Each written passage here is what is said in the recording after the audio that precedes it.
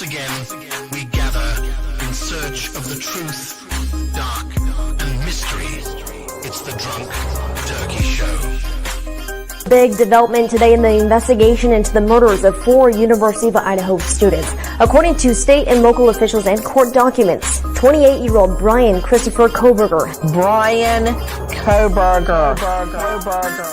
has been arrested. He was arrested and arraigned this morning in Pennsylvania. We have new details on what Bryan Kohberger was doing right before his arrest. Police says a tactical team burst in to arrest the Idaho murder suspect. He was in pajamas and latex gloves, stuffing trash into Ziploc bags. Hey, greetings from the year 3000. It still sucks. This is Philip J. Pride, and you're listening to the Drunken Turkey Show. Your one stop for this sort of thing. Hit that button, like and subscribe. You know what to do, just like every other podcast. Just like every other podcast. What is up, everybody? Welcome back to the Drunk Turkey Show. I'm Daniel, and tonight we have a great show for you guys. We're going to be going back into the Bryan Kohberger case. The defense expert, Cy Ray, has done a couple of interviews that have also featured the victim's family members, victim of Kaylee Gonsalves, her father and mother, Christy and Steve, and also Olivia, her sister, had done a couple of interviews, one with News Nation, one with Brian Ensign, and he disclosed quite a bit of things. And so we're going to break down what he said, what it meant, and how it now fits in the with what we know. And so without further ado, I'm going to ask you guys, if you guys don't mind, hit the like button, hit the subscribe button, ring the notification bell. But let's get the like and the hypes going so that way we can get this, or tell the algorithm to send this out. So I'd appreciate that, everybody. Let's get into it. Now, first thing I'm going to do is I'm going to bring up probably just one part of the News Nation interview, and that's only because the Brian Ensign interview is just so much more in depth, and there's more to be answered that are not restricted by time and most likely editing. And so there's just one thing I wanted to highlight here, and then I want to transition into the next one. So without further ado, let's get into it. You know what? Real quick, I'm gonna boost up the volume here. Now there is a lot to go over on tonight's show, so those in the live chat, if you have questions for me and things like that, most likely I'm just going to be answering maybe perhaps some members only at the end of the show, so I would consider you joining, and also the super chats. And so I usually answer all the ones with the stars, but we have a lot to go over tonight. So without further ado, let's break it down. Thank you, sir. I appreciate it. So to put it into perspective for anybody who didn't follow this case, the prosecution was prepared to present cell phone evidence that his phone went dark before the murders, Wi-Fi cellular data was shut off, turned on after the murders, and they would say that when you turn it on and off, they could track him leaving his residence and then going back to his residence. Where do you say these AT&T data records and the way they're studying it is wrong? Yeah, I think the first part of this is they only looked at a portion of it. So instead of looking at 90% or 100% of the records that were provided, what was mapped and actually disclosed as work product was closer to 8%. And these gaps, when you fill them, tell a completely different narrative.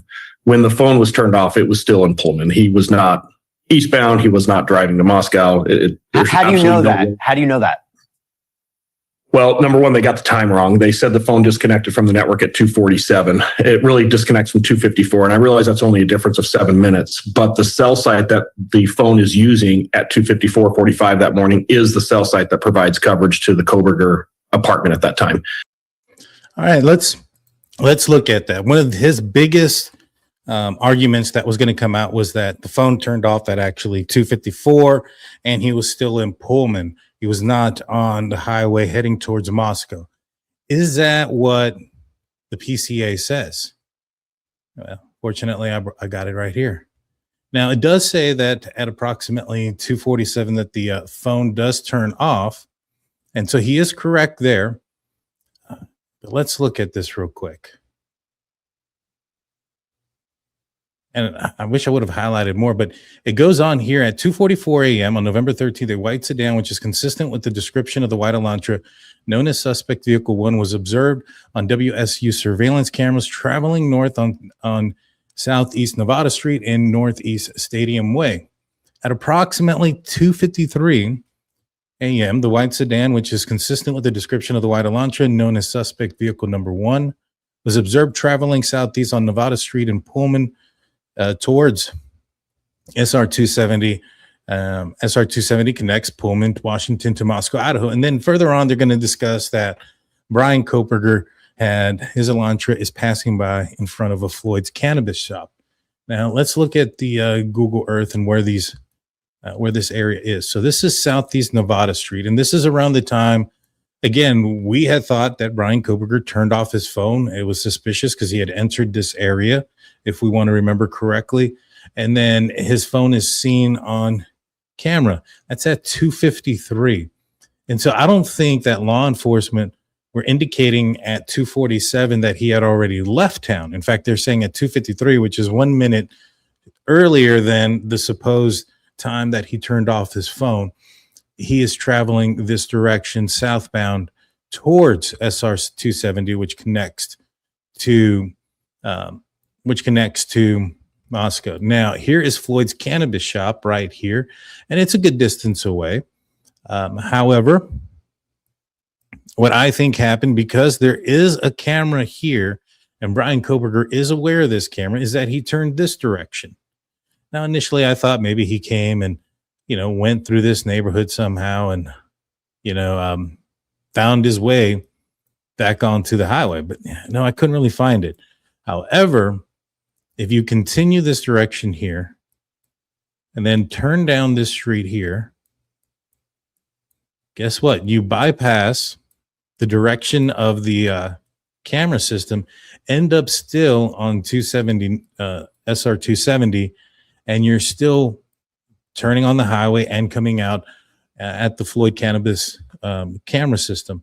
And so although he is correct that maybe perhaps, or even if he is correct that the phone did turn off at a later time, it still doesn't change what law enforcement had put on there, because they didn't indicate that he had left at 2:47. It stated he was still in Pullman, and where Bryan Kohberger, resided, and it was going to be on the same network as his apartment. The only time it would have left that network is once he left the area. But there is a few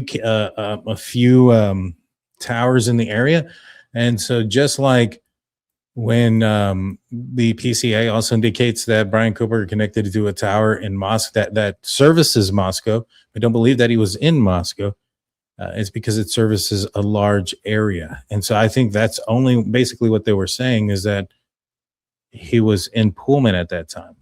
And so wanted to point that out. That was the only thing that I had seen that I wanted to clarify more than anything else. Now, the other interview that's here, which is with Brian Ensign, I haven't seen a lot of it. I'd only seen a part of it. And in fact, it was Steve who sent me this interview a minute ago, saying, oh, this is the one where he says this and this. And I was like, oh, snap, I didn't even know this interview existed. So thank you, Steve, for sending me this. I do have some points of reference that I have pulled up, but I have not listened to majority of this. And so we're going to listen to it, break it down, and hear what what Cyrey is saying and what the questions are asked, and see if we can come up with an idea of what may have occurred that night. So without further ado, let's get into it. One question before I throw it over to Steve, though, and it kind of plays off some of what you said on News Nation side. You talked about Bryan Kohberger potentially being at the house before. Can you elaborate on that a little more? I mean, are you able to, and I know it's not exact, but are you able to say whether he was actually inside the house? Yeah, so I'm gonna be a little bit more responsive on these questions and drag it out a little bit. So if I'm going on and on, stop me. Yeah, you can do that on this. We have unlimited time, so feel free. Thankfully. Yeah. Yeah, and 100%, like I'll make myself available to the family, by the way, 24/7. Like if you guys have follow-up questions going forward, by all means, when I heard that you guys wanted to have this conversation, I actually, it meant a lot to me. And I was like, oh, finally, I can talk to the victim's family, because I've spent my entire career advocating for victims' families. I've done a lot of stuff with parents of murdered children. And, this is a very hard place that it started out trying to be at. And I really appreciate you guys reaching out. And anytime you have questions, I'll give you my direct number. By all means, feel free. You guys can hit me up anytime. Thank you. But what I want to cover on that piece is, when we start looking at the house itself, there's a couple different things we can look at. AT&T has a very specific report, and it's called Loctobor. And I know it sounds like a silly word. It's LOCDBOR, Loctobor, and it's location database of record. This will include estimated latitude and longitudes, and they range from 25 meters out to 3,000, 30,000 meters, so they can get very big. Historically, there's accuracy issues with this report. So if you just take all the data and you throw it on the map and you think that's accurate, you're going to have a lot of problems. A really good example in this case is there's a time when Bryan goes up to Seattle, and one of his Loctobor hits shows him in New Orleans. So that gives you an idea of the accuracy issues. There's two factors, and like I said, I'm going to pile on a lot of data for you guys. The next thing that comes into play is the actual handset, the phone itself. iPhone actually restricts a lot of third-party apps and even the mobile carrier to some points of getting precise location data, which a lot of people don't realize. If I try to ping a phone, that phone ping can actually be screwed up by Apple itself. To instead of getting this nice, neat little GPS, I get this 5,000 meter GPS. And I agree with him, and I understand what he's saying. My biggest concern, and he kind of talks about it in the News Nation interview, and also I'm assuming in this one as well, is that there's GPS on the phone, and from what he understands, the prosecution wasn't going to use it. And I find that to be a big issue. I hope Bill Thompson, if this ends up, going to trial again, let's just say Bryan Kohberger wins his, it's not really an appeal, but his withdrawal of his of his plea. If he's able to do so and they do end up having to go to trial, I really hope it's not Bill Thompson. The guy seemed like a control freak. It seems like he didn't want assistance from anybody else. He wanted it to be in-house. I know a lot of people we're covering the Nancy Guthrie case, and we're talking about Sheriff Nanos and him, sending DNA to his labs first before going to the FBI. Well, them in Moscow did the same. Now, I'm fairly positive that the prosecutor here was involved very early on. In fact, we've seen in various articles and coverage that was the case, that Bill Thompson was heavily involved in the investigation while the search for Bryan Kohberger or the search for who committed the crime was ongoing. I wonder if, the decision to go to Othram first wasn't one that maybe perhaps was from Bill Thompson, instead of allowing the FBI to get that information. And maybe perhaps had the FBI gotten, the genealogy and stuff like that earlier, maybe perhaps they would have gotten Bryan Kohberger out of, off the streets without putting any type of bolo out there or anything like that. And maybe perhaps the reaction that Bryan Kohberger had when the bolo of the white Elantra came out and, he fled Pullman and went cross country.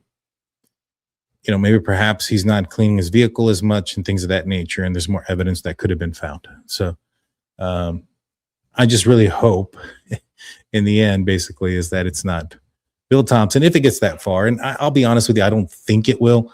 I'm with Steve and with Cy Ray. It sounds like, because like I said, I was listening to bits and pieces, but it sounds like they are welcoming Bryan Kohberger to,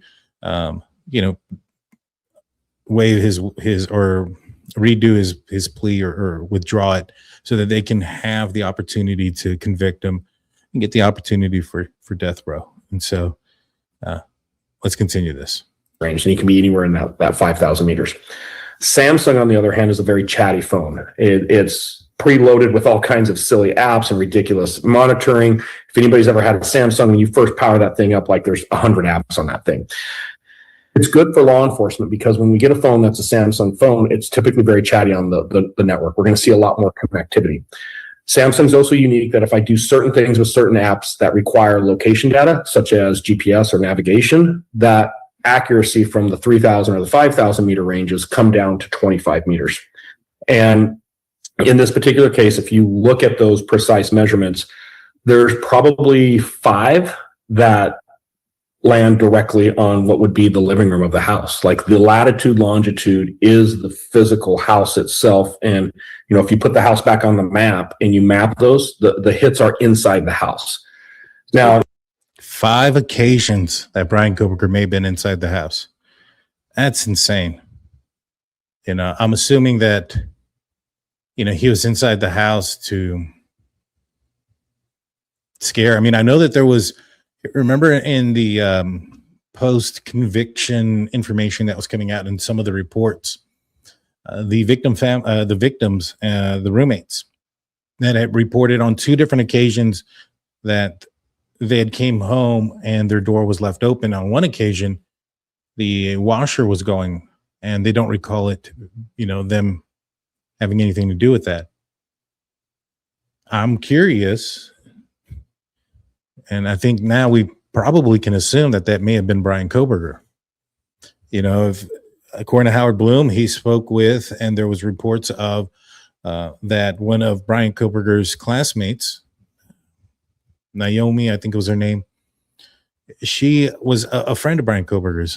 Somebody had broken into her home, moved things around, put things in the microwave, put things on top of the toilet, and she fled. She went to Bryan Kohberger.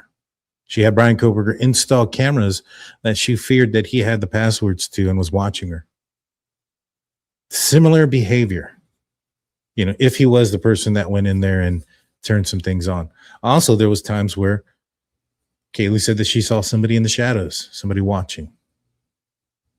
I think this is all kind of going to come together, and we're going to be able to paint a picture here about that night and things of that nature. But sounds like he had been in the house. It sounds like there's an avenue to prove that he did stalk them. So again, I just really hope that it's not Bill Thompson who is prosecuting this, if it goes there, which I doubt it will. Let me just, I'm going to let you keep explaining. I just want to make sure I understand correctly. So, because I haven't heard this before. So you're saying based on the data you saw, the latitude, longitude for Bryan Kohberger's Samsung was in the living room? The AT&T derived latitude, longitude from the AT&T's network that it estimates a location, it lands in the house. And it's a 25 meter range. So, you know, we're talking 75 feet. So it could be anywhere in the house on any floor. It could technically be outside the house. It could be on the property, but it's showing in the immediate area. My personal opinion is when I look at those and I map what's happening before and after, and I'm looking at all the other evidence, I think these are accurate locations. And, you know, that's, and to Steve's point earlier, this is why court, I think, is so critical for this case. That's an argument to be had in front of the jury where the defense would come in and say, hey, you can't reliably say this. And the prosecution would say, here's why. When done right, I feel that they're reliable. So when you say accurate locations, you mean you believe, based on your expertise, that he was inside the house on previous occasions? So I'll qualify a handful of things tonight. And again, Steve, any questions that later on, by all means, hit me up. I'm more than happy to pour over anything you want to. One of the things the defense did with me early on in this case is they got outside of the geolocation data and they said, hey, as a former homicide cop, as a homicide sergeant, as a supervisor that supervises these type of investigations, we're interested in anything you can find. And they poured tons of data over. Why that's important too is it's not just the phone stuff. There's a lot of stuff inside the crime scene and things that I've reviewed in the crime scene. I 100% believe that the offender, who is Bryan Kohberger, like there's no alternative theory in my head at this point, he's been in the house before. I think there's absolutely no doubt he was familiar with the basic layout of the house. I'm not saying he was intimately familiar with the entire house, but he had a working knowledge of the house. That house is laid out very weird. I've been through the house. The path that was taken, what we see as what occurred in that house, him coming and going from the neighborhood, there's prior knowledge. There's no doubt in my mind that there's prior knowledge. So that. And I agree with him. I think there was prior knowledge, and I think he went upstairs to the 3rd floor. And, you know, I had been struggling with this for a while, thinking that, you know, well, not struggling, but I've figured that he went into Kaylee's room first. Now, I thought maybe perhaps that's because Kaylee was the victim here. And you look at some of the things that occurred. Dylan hears who she thinks is Kaylee playing on the second floor with Murphy.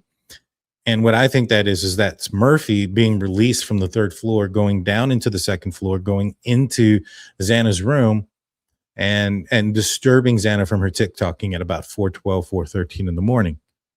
Now, the reason why I think it took a little bit of time and why it sounds like it's playing, that they're playing with each other and she could hear Murphy jumping is I don't think that they were dancing or jumping in the manner that what Dylan was hearing. I think what was happening was a refusal by Murphy to go upstairs because he was aware of what was going on. Right. And so those things don't happen unless that door's open first. So if he goes into, if Bryan Kohberger goes into Maddie's room, commits the crime, and then goes into Kaylee's room, and then the dog runs out, Bryan Kohberger can just follow the dog out and get out of the house. Or if he is met with somebody, which I think that maybe perhaps he wasn't going to take the lives of anybody else. However, Xana's going up the stairs, says, I think I hear somebody. That alerts Bryan Kohberger. He then goes after her downstairs, and then the attack happens there.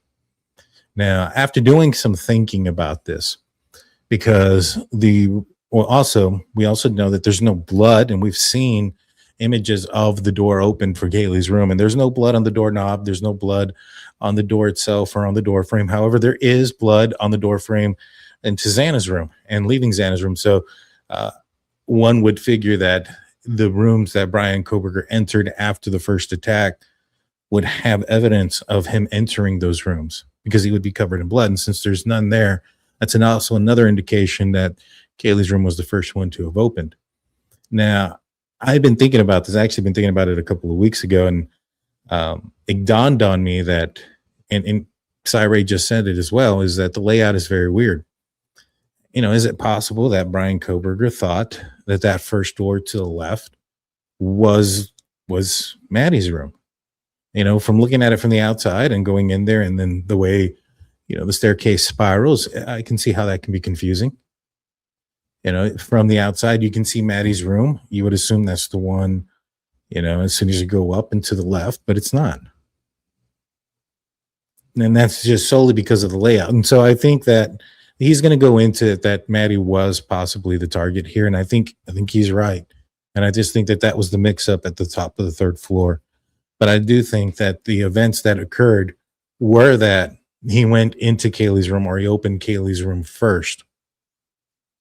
Because let's just say, and some people might say, well, maybe perhaps she had the door open. That's feasible. That's possible. But she had a dog with her, a puppy, that would have been very rude and disrespectful, to the neighbor, to her neighboring roommates and things of that nature, to allow the dog to roam in the middle of the night. And again, Murphy was a puppy at the time. And so to have a puppy roam around in the middle of the night, I just don't think that that's feasible. Or likely. And then there was also a kennel in the room. And I think that also when law enforcement entered the house, Murphy was on the bed itself. And so I think that if Bryan Kohberger had either opened the door or walked in there and the door was open and he looked in and saw a dog in there, I think anybody would have closed the door. And so I want to say thank you to Nina Drew for her $1.99 coming in, and also Robert coming in with $2 as well. Thank you, Robert P. And Nina, you guys are amazing. All right, let's continue. So according to this, is that he had been in the house, roughly 5 times. I don't think it's unsurprised that I'm surprised by that. This guy had broken into many houses. He was, and this goes back to when he was a child, he would go play hide and go seek with his friends. And while they were hiding in the woods, he would break into their house and steal their father's things. And so that was in one of the books. I think that may have been Howard Bloom's, but interesting stuff. So let's see, where are we? I think there's maybe another minute or so of the locations aspect. And then I want to move to another part that I have documented here. Also helps support some of this. One thing I want to kind of circle back to, Bryan, and Steve, you'll find this in my report. And it took me weeks to get the defense to allow me to put this in my report. They didn't want me to put it in there. There are third-party databases that collect what is called MAID ID, so mobile advertiser ID. And you guys have all experienced this where you've searched for, I don't know, a pair of shoes. You've Googled a new pair of shoes you think you wanted. And then 2 days later, you're surfing the internet and some ads are popping up for those shoes. That's based on your mobile advertiser ID. It's a unique number, but there's third-party databases that collect that. And typically when they're collecting that type of information, it gets a latitude, longitude stamp with a timestamp. So we can actually see. Law enforcement can access those databases. You have to have a search warrant. There's a process to go through. In my report, what you'll find is it's towards the very end of it, I actually lay out that, hey, there's more than reasonable suspicion here to believe that this phone has been inside the residence or very close to the residence on these dates. Typical criminal investigation, we would go look at these third-party databases, pull all the mobile advertiser ID data from those dates. Forget the 13th. His phone is off. We're never going to get his phone in or near the house on the 13th, and that's where all the focus is. But if we go back to pattern of life and we pull these other dates leading up to the crime, I feel incredibly confident that they're going to get precise GPS. Now I'm talking 3 meters, so now we're talking less than 10 feet at, around, and very close to the house on those different occasions. The idea that I put this in my report and said, this is the kind of follow-up I would expect to have, and nobody ever, I fully expected as soon as I dropped that report that January, that by February, March, we were going to see discovery on this new data. They didn't even look at it. They didn't even bother with it. And oh man, this is frustrating because one of my arguments was that Ann Taylor was kind of, what's the word I'm looking for? Hitting the nitrous too early. If you guys have watched Fast and the Furious and you guys have seen, if you guys watch the scene where Jesse's going to race Tran in he's in his Jetta and Tran's in a Honda S2000 and they're racing and Jesse hits the nitrous and they're racing for slips. They're racing for their cars. Jesse hits the nitrous and he takes off. And then Tran, who's a more experienced racer, goes too soon, Junior. And then he hits the nitrous and he passes him right before the finish line. That's kind of what I felt like when this had occurred because, well, there's two parts to it. One, I felt like you're coming out with this before the trial. I wouldn't go out there and say this, that, hey, there's some issues. There's things that you can do, that you can fix the situation. Because I thought, in my opinion, that Cy was kind of working against his own defense team because he started off saying, hey, I have the right to change my opinion. And, when he said that, I put it out there that I was like, I don't think he's completely convinced that Bryan Kohberger is innocent here. And I think he's maybe put, between a rock and a hard place based on telling the truth about perhaps how the investigation wasn't done properly and how maybe perhaps he could still be guilty. And that's what I kind of felt that he was leaning towards. Yeah, I probably was a little harsh on Cy, I'm not going to lie, but that's just because I don't think I could ever argue for somebody I felt was a murderer that killed 4 people and argue, for their defense, regardless of the reason. But that's just me personally. And so, but I think that was the situation that he was in. And I, for one, thought, man, if Bryan Kohberger was smart, one, he should have not, shouldn't have waived the right for a speedy trial and gone to trial immediately because those issues would have been there during that time, during a speedy trial. And maybe perhaps he would have gotten more of a favorable result. However, now that they were going through these discovery hearings and they were bringing up their witnesses and basically testifying to the game plan that they were going to, or at least an outline of the game plan that they had if they were going to go to trial, I felt that was a little detrimental to Bryan Kohberger's case because it would have given the opportunity for the prosecution to fix their issues. I am completely shocked that they didn't. It's sad. And this is one of the reasons why I'm hoping that it's not Bill Thompson when it comes to a retrial, if there is one. I don't really think that there is. I think there's probably more of a chance that the DNA belonged to somebody else than Bryan Kohberger than there is that Bryan Kohberger is going to get a retrial. But stranger things have happened. And if he does get a retrial, I hope they fix these issues. I hope they're watching and fix these issues and are able to tie in the dots here to say that this guy did go into the house. This guy was there. This guy was stalking. This guy was, intersecting with these people on multiple occasions and build that case against him instead of what seemed like a defense tactic. It was insane. But let's move forward a little bit to another part that I have put in for us. Really bothered me. Has anybody ever approached you guys on what's called VICAP? Have you ever heard that word VICAP? Or it's basically a history of the victim. I went a little bit forward too much. Right here. It's probably the best that you're going to spend on this case because it's going to show that I think those concrete connections. I do have a question. I think you guys might be interested in this. I believe that the girls went to the A&W. There's a little A&W and a little store. I know exactly. Yeah, right down the street. I think this was a pretty routine thing that they hit on a regular basis. And I'm really curious to some of the background there. But one thing that I've always said is missing, and it's really bothered me. Has anybody ever approached you guys on what's called VICAP? Have you ever heard that word VICAP? Or it's basically a history of the victims to everything of where they shop. If they order pizza, where they order pizza. Has anybody ever approached you in this investigation to try to... Closest we got to they were scared once I hired a lawyer. They just stopped talking to me. And my lawyer said they'll answer questions, but to the point of they're not going to be witnesses because they didn't want the gag order to fall over. I told my lawyer, I want the ability to speak on behalf of my child. If anything comes to the point where they're going to put a gag on me, then they can't talk to me. And I had nothing to hide. It was just, you're not going to control me like an asset. I'm going to speak on my daughter's behalf, or I'm going to jail, one or the other. So, yeah, we never got there. We got to the passwords. We got to usernames. They hit Olivia up. Olivia got into the cloud ID. Like, Olivia hacked.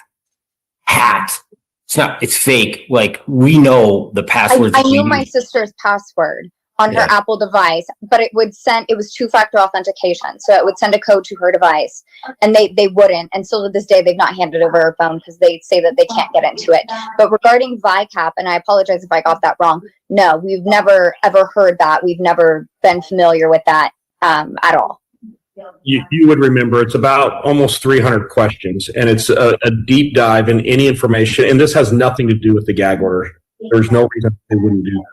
The reason I'm asking is there's certain things that would come out in their normal pattern. Like, hey, if they ran to the convenience store, what convenience store would they run to? Is it kind of if they met friends or everybody was going, is there a place that they would converge?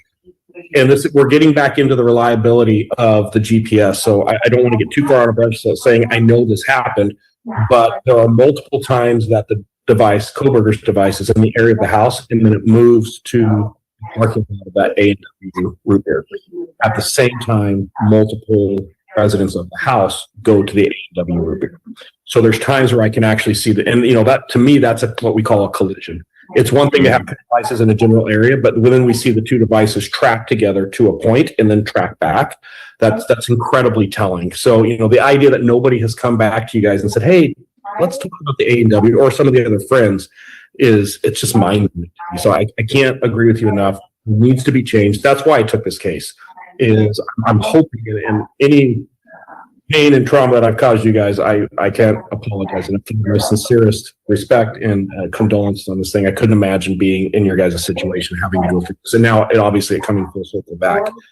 But at the same time, when I first, I'm glad he's, saying these things to the Gonzalez family, it's, and that he's sorry about any pain that he may have caused. When this happened, when this occurred, people were looking into into doorbell video, dash cam footage, body cam footage, et cetera, of everything, 911 calls that were going on. Everybody was trying to figure out who was who and who was, where was what. And in the video where Kaylee comes out and she's talking to law enforcement out of the back door, and there comes a guy, Hunter, with these zip ties on his wrists. I figured out who he was. And I didn't know what was going on. I thought it was weird. I was completely wrong about this, but I was like, hey, I know who this dude is. This is such and such. I don't think I doxed him or anything like that, but I was able to point out that this was a friend of theirs. And he actually came out on a interview. I can't remember which. Maybe it was Apple, maybe it was somebody else. I don't remember who it was, Amazon. And he mentioned that, and they actually used my clip of me saying, I think we know who this guy is. And I had the same response as Cy right now. It's like, man, if I ever hurt you, if I ever made you feel like crap, I feel bad, and I'm sorry. And so, I think he's being sincere, Cy Ray here, and he kind of tells why he did this, why he took the case, and that was so that way he can teach law enforcement from the mistakes of this case. And so I can respect that. I can respect that. All right, so let's go forward. And 1601 is where we're at, and 1710 is where I'm going to go. A lot of endorsement of, yes, we need to change these things. But it's really interesting to look at that, just how much fell through the cracks on this case. So I have a quick question, and I hope that it comes across the right way. So my question is separating the murders and the burglary from the stalking. And as we know, the state never picked up stalking charges, but the FBI currently still has an active investigation. Do you think that some of those things were not picked up by the state because of this separation? Or do you think that this would have been something that would not have driven a charge, or would not have been evidence of a charge that they were not actively pursuing? I am guessing. This is my opinion of it, things that I've seen. I'm happy sharing this opinion to whoever, but there's a lot that needs to be filled in for it to land where I say 100% this is what's happening. I'm about 90% here. They back themselves into a corner, into a no-win situation, because the problem the FBI has with stalking right now is they cannot prove stalking in the work product that they do. It'll never hold up in court. In fact, I don't think a federal prosecutor would even take the case. So that's why we haven't seen the FBI proceed with that. Does the FBI have information right now, or potentially the ability to go get information to prove that case? 100%. But the problem that they have— tell me what that would be? well, it'd be that mobile advertiser ID. It would be mapping all of the AT&T records and looking at the pattern of life of Bryan over 6 months, where we see these routine travel patterns. We can see where he's going, what he's doing, how long he's stagnating there. Understanding pattern of life is everything for this case. The problem the FBI has is, to make that stalking case, they're going to have to disclose or discover new evidence that never came out from the state of Idaho. And now you have these competing cases where you have a case that allegedly went through the entire process of discovery and never produced the evidence that's needed. And now for a federal case to all of a sudden say, oh, by the way, here's this other evidence, they've painted themselves into a corner that they can't explain. Yeah, no, I get it. I feel like there's two discoveries, because I've actually heard almost everything that you've said already. That he was in that house, even waited in certain locations for like extended periods of time of no movement. This wasn't the only house that he stalked. There was like a loop that he was following, and there was a couple other places that he basically stood still for a certain amount of time. Just telltale signs that this person wasn't shopping, and they cross-correlated to bank records and the ATMs and all that stuff. They had some stuff, the basic old school investigations they had down, but the technical was almost like they outsourced it to the FBI. And then when the FBI were like, we're not so sure that our discovery is your discovery, or our investigation is your investigation, that there was these huge gaps in it. And when they went to go to make a case, it wasn't so clear. So as a father, I'm like, I'll fill in the gaps if I can, especially when it comes to technology. And there was other women that were on his device, Bryan Kohberger's. We've learned through the NBC Dateline that Ann Taylor was really mad about, that there was a situation where there was pictures of not only other friends and other people from Moscow and Idaho University, and some people that weren't familiar with, who the victims were. There was also people from his own school and people from WSU. We also had heard reports where people felt that he was following them and stalking them, and there was even footprints in the snow and stuff like that. This guy was stalking several people. In fact, I think that maybe perhaps, and I've said this before multiple times, I don't think it's a coincidence that he purchases the K-bar knife before he leaves Pullman. Now, before he leaves Pennsylvania. Now, maybe perhaps he had his mind on maybe committing a crime like this before fleeing or leaving towards Idaho, and that's why he purchased it in April of 2022 before he even moved. Maybe there was somebody he had in mind to commit this crime against. Maybe he was stalking somebody in Pennsylvania, and then for whatever reason that person kept their doors locked, or it was just impossible for them to have gotten inside, or for whatever reason it just didn't occur, and he took his frustrations and his need across the country towards Pullman and in the Moscow area. I think that's quite possible, but we also had heard and we read that he was searching for K-bar knives. Now, I've put this out there several times that the K-bar knife search ceased when the Bolo came out. Once he discovers the Bolo and understands that law enforcement are looking for a vehicle that is matching his description, for those that are thinking that maybe perhaps he was searching for the K-bar knife for a replacement in case law enforcement came knocking saying, hey, where's the K-bar knife? I don't think that's accurate, because you would have thought that those searches would have intensified after the Bolo came out, except they cease. What I think he was doing is he was planning on committing another crime like this again in very short time. And he was preparing another murder. And this is wild to hear as well that they have these claims and Moscow kind of just screwed the pooch here. Again, hopefully BK doesn't get his argument. All right, now the next couple of things are going to be referencing genetic genealogy, and I kind of looked into what he was saying and his argument.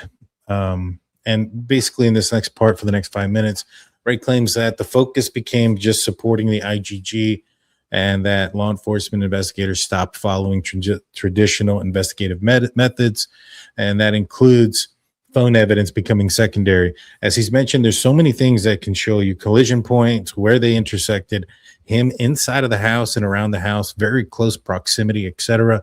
But it was, all right, we got the DNA. The DNA came back as him. It's on the knife sheath that the killer brought in. And so this is a slam dunk case. In my opinion, they got lucky. All right, so let's go to 2543. And what I mean by they got lucky, I think that just that. I mean, I think that Ann Taylor's defense team could have, made some questions based on law enforcement's failure to finish the investigation properly. Again, that doesn't mean that Bryan Kohberger is innocent. It's just that law enforcement could have done a better job. Now, I believe that Ray goes on to say that this guy's going to get convicted 10 out of 10 times, even with the evidence that they have here, if put on correctly. And so that's the point, right? You got to present it right. I think the evidence is solid. It's straight up. There's no ands, ifs, or buts about it. Bryan Kohberger committed this crime.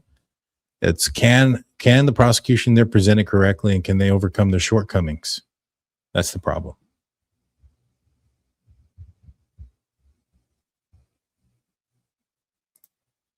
DNA was found before the IGG. It doesn't matter if it was thrown out. I agree because, and that was one of my arguments as well, is like, all right, you can throw out the IGG and the work that they did. Okay, that's fine. The DNA was found before then. And so all you have to do is get a warrant based on his locations, based on a bunch of these things, and then you can match it. Or serpent, you don't even have to do that. I mean, you can just go and get his DNA from him from a cup or something. You know what I mean? But let's continue on. For AT&T were nothing more than a smokescreen so that they could say, oh, look, we got this tip. We followed up on the phone. We found this. And, oh, that led us over here. the phone records were never gathered as a true investigative tool because they already had the narrative written. And whatever aligned with that narrative because of IGG, they brought in, and anything that contradicted that narrative, they eliminated. A really good point on this is they committed in the first search warrant to Bryan driving east on 270. Everything, and it repeats itself, on 50 different search warrants that he traveled east on 270. Bryan Kohberger was never on Highway 270 that night, ever. He took a route north of the airport. He actually crossed 95 north of Moscow, and then he dropped back down south on the east side of Moscow. And that's why he ends up on Indian Hills, is he actually came from the east. And he did that because he's smart enough to know about the cameras. What drove me crazy in this case is when you see him go back in. By the way, the reason he went south is he panicked. Dylan saw him. He saw Dylan. Reasonable minds would say 911 is being called. And you can see in the video when he leaves, he's leaving in a hurry. If he drives back that same route, he's driving towards where Moscow PD is responding from. He's going to go right back towards the police department. So he has to go down south. When you look at 6 months worth of his records, he doesn't have activity down south. He doesn't know 95 south of Moscow. So he gets about 12, 13 miles outside of Moscow. He pulls over. There's a good gap there, which has always been a concern to me, where he sits there for probably 10 minutes. He powers his phone back on. He goes into navigation mode, and we see the route back. It's crazy dark too. So the audience might not know what it's like out here in Idaho. You get out in that farm community, there's no lights. We don't have, it's dark as anything. Your headlights are all you have, and high grass.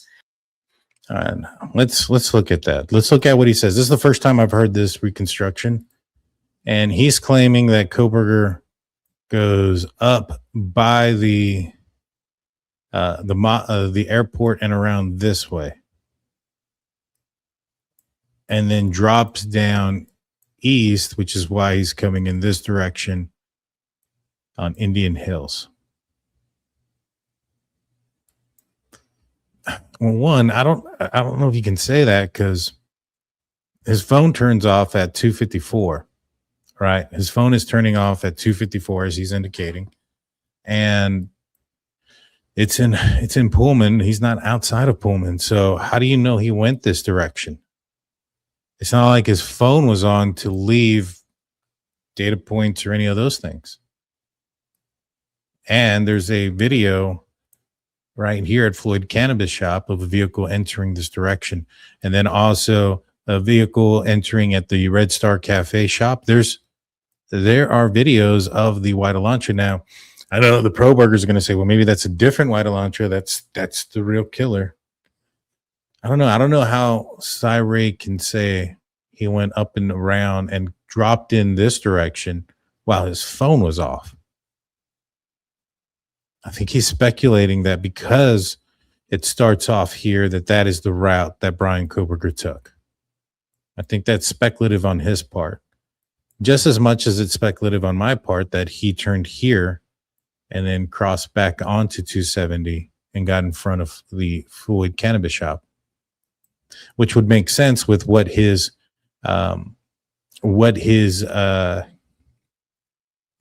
later alibi is, right? His later alibi is that he was at Wawai Park, which is over here. And so the defense was arguing that they can show that he was heading in that direction. You don't head in that direction going this direction over here towards the airport. You head in that direction if you go down towards East Nevada Street, get on this roadway here, and instead of turning onto 270R, you continue at the Y intersection here, and then you continue this way, and that is the direction you would end up going around here. That would eventually take you to Wawai Park, which is why I believe that he went down past this intersection, past this light, so that way he can prove he didn't turn this direction and that he was going in this direction here. And again, he's on camera at 254 or 253 here.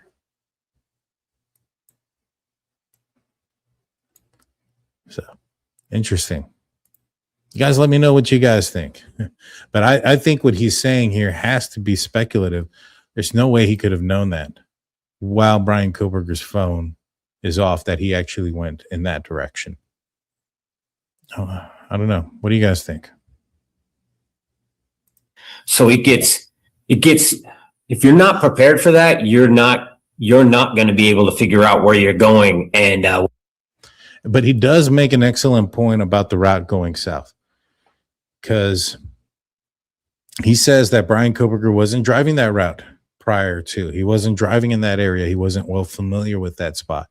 That he decided to drive that direction because, and I struggle with this. I don't know if this is true, because he decided to drive that direction because if he would have gone the other way, he would have gone in front of the police department, and that was the direction that they would have been coming in, had 911 been called. And I agree with him that, yes, that's true. However, I mean, I'm fairly positive that he's aware where the, Indian Hills Drive is, and this is the police department right here. And I think that was the police department. No, I think it's right here. I need to turn on all the, I have all these turned down. Let's see. Where is the 700 block?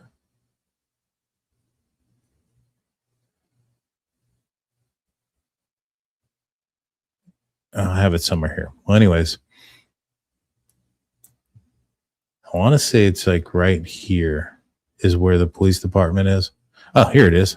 Duh.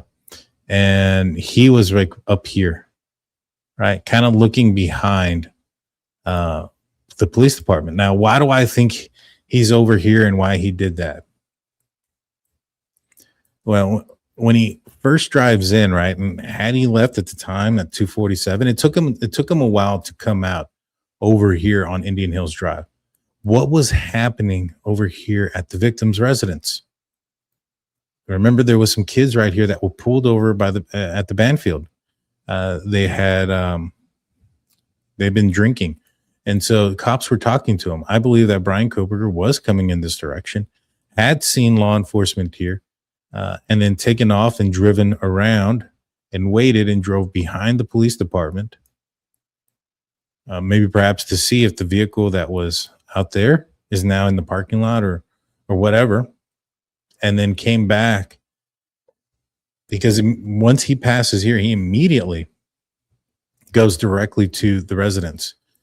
And I think he passes by for the first time. What time was it? It's like at 3:30 or something like that. Was the first time that the vehicle approached. Let's see. Here's the PCA. 3:29. So from 2:54 to 3:29, I mean, that is quite a bit of time there. You're looking at 35 seconds or so. I mean, 35 minutes, I'm sorry. 35 minutes, even if you're traveling, if you're leaving your apartment at 2:54, right? Or 2:53 when he supposedly turns off his phone. And he's up north. Let's just say that that's accurate. He's fairly close to the airport here. And I don't think it's going to take 35 minutes for him to get around and drop in here. Right. And so I agree with him on the exit, that perhaps, especially if he hadn't driven there, and if he's turning on his phone for navigation, I do agree with him then. And what he might be doing there for 10 minutes after he turns on his phone, one, I think he might be marking where he's at, knowing that he's going to have to come back. Cyray says he drives this route multiple times. So let's continue. Oh, well, real quick. Thank you to Cincy Queen coming in with 1,000 jewels with the trophy cake. Thank you so much. We appreciate you. Thank you. without a phone, if that's your primary source of navigation, you're driving around like an idiot, for a certain amount of time. Well, then, like I said, we've got 6 months of records. I've got a mapping system. I can put everything in there. I can hit a play button and I can watch his phone for 6 months going around the map. What you see that morning of him coming back to Pullman, you never see in the prior 5 months of records. That's the first time he's ever done that route. And then within 48 hours, he's doing the exact same route again. And that's the last time you'll see him do that. You give me the layest of lay jurors, I can connect the dots there to have them see exactly what's happening. And right after he completes that route, he goes down to Lewiston, right down to the Snake River. He's there for less than a minute or two, and then he's right back to Pullman. Like, what's happening? Of course we know what's happening. So yeah, I'm with you guys on the frustration. My apologies. Like, you guys should never have been in that situation. This is an FBI issue, and I'll frame this piece. I don't put this out publicly very often. When the plea deal was reached, I contacted the FBI CAS team, and I actually told them, hey, I did a lot of the investigation here. I know what the cross-examination that you guys were going to be subjected to looks like. You name your place, I'll fly to you anywhere in the country, and I will give you the full debrief of what I saw on my side and how we could get better. They never returned my call. So, even reaching out saying, I'll give you as much insight from the defense perspective of this to be better prepared next time, they're just not interested. And the other thing that I will tell you guys just drove me crazy. Now that my report's out, your guys' last name is all over that report because I did an inventory. I put in, hey, here's what the phones were provided. And then I listed the phones by last names. The only last names in my report that were redacted are the FBI agents that worked on this case. So all of the victims' last names are in this report that went out to the public with the last 4 digits of their phone, but the FBI agents get their last name redacted? Like, what is that? That is insane. It's been happening a lot. It's really, if you off record, if you ever want to know about some of the worst, we'll let you know, but I won't propagate them here publicly. I just want to go back for a second to something you said. So, going back to the whole Snake River thing,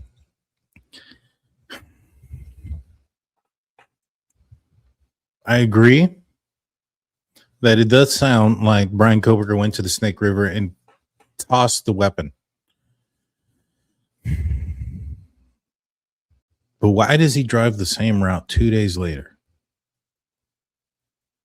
If he's not going back to get evidence, maybe perhaps just to relive what he did without having to go to the house, relive some part of the night.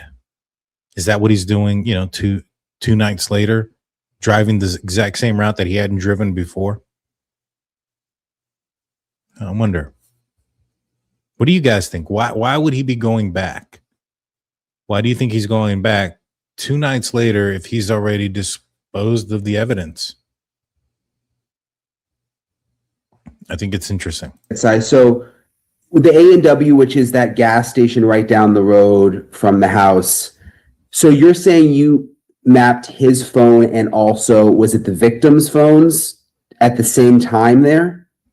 Correct. And there's movement where they're all in the area of the house before that. And then we see it pop up over by the A&W, but they're together. They're at least mapping, and they're mapping not the exact same lat longs. They're just slightly off, but they're within meters of each other, which is, for me, that's a tall tale sign that we're getting better accuracy, because sometimes the system will default if there's a problem with the system and everybody will get the same lat long ping for like a 5,000 meter radius, but all of the lat longs are identical. In this case, they're just slightly different. They're just a couple meters apart, and it's a pattern. It happens multiple times.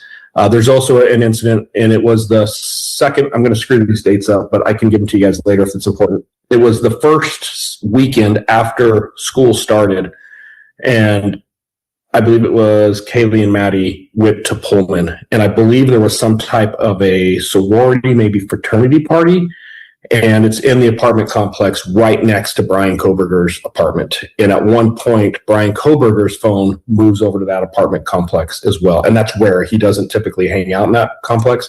But this is all the way going back in August, that first weekend after school started, the phones intersect in Pullman. Yeah, the prosecution was doing the exact same thing. They were trying to take his phone activity and cross-correlate it with the other people in the phone. They wanted to know who was in the house at a certain time because the route, they wanted to plan the route to who was in there because they were trying to figure out who was the after. Oh my God, I think I figured it out. So I'm wondering, given the close proximity, if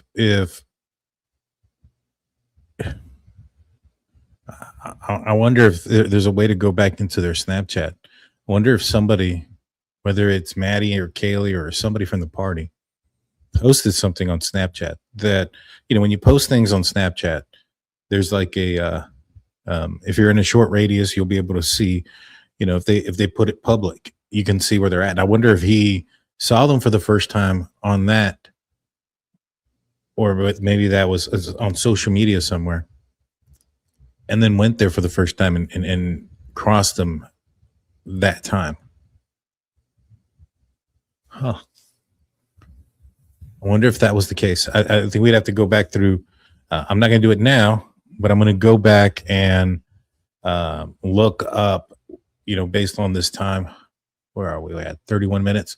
I'm going to try to figure out if I can find pictures or things on the web from that party and stuff like that. So I think that may have been, I think what he's alluding to is when Bryan Kohberger came across them and how.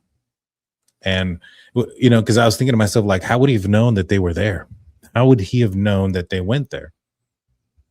And if he didn't follow them and he wasn't following them, maybe it's because somebody posted something public and that's the first time he saw them.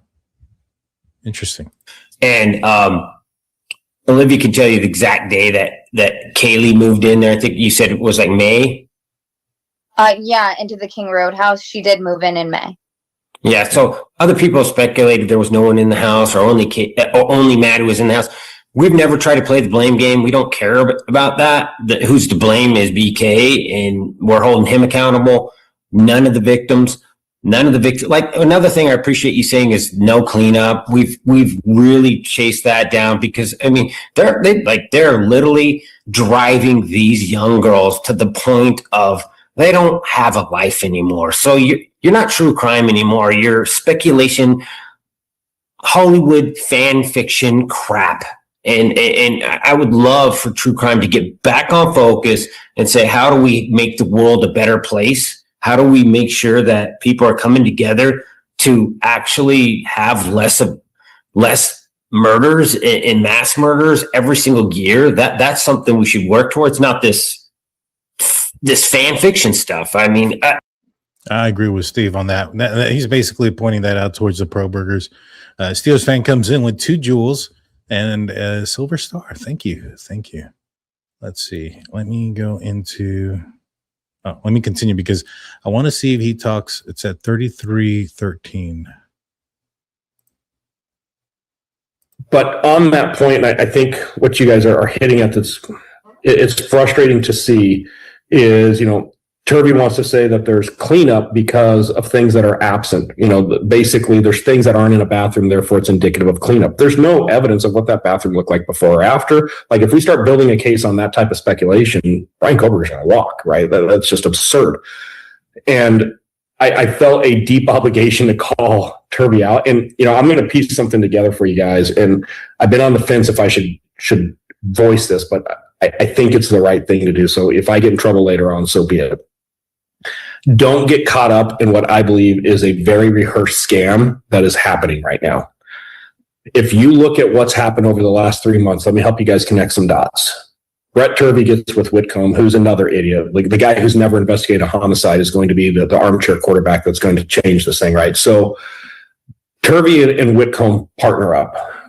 Turvey becomes very outspoken about this. And what does Ann Taylor do? She publicly reprimands him and issues this cease and desist. If you think about what Turvey's saying Bryan Kohberger is innocent, that this is a big conspiracy, that there's other people. I mean, he goes as far as saying Dylan is potentially, how absolutely absurd. Yet Ann Taylor reprimands him from proclaiming BK's innocence.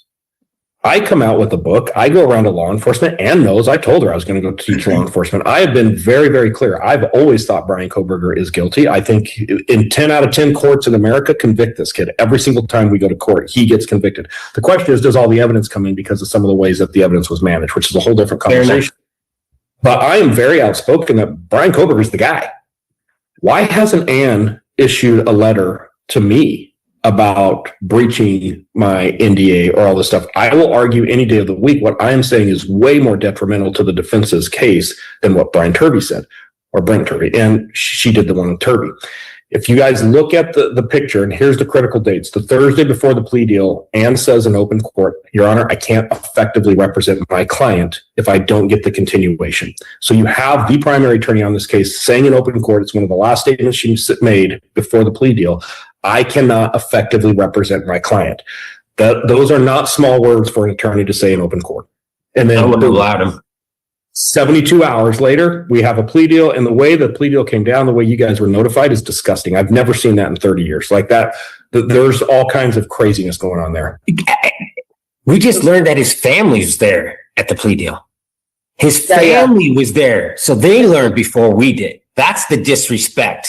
What are you getting at, though, Si? If you can just connect the pieces of what you're trying to say a little more. I'm just trying to follow. We have the ineffective counsel claim. We have the plea deal gets worked out within 72 hours. And Taylor stays on as Kohberger's attorney. Like this last year, she's the only person on the jail logs that was visiting him on a regular basis. He hasn't sought out new counsel. She's very much in his ear on a daily basis. That's no longer the truth. He has now sought out new counsel and has been given new counsel. And I wonder if that is because of what Cyree is saying here, kind of blowing off the lid here to a certain extent. But I want to say thank you to Truth Exposed for your $5. Wanted to give your baby girl some ice cream.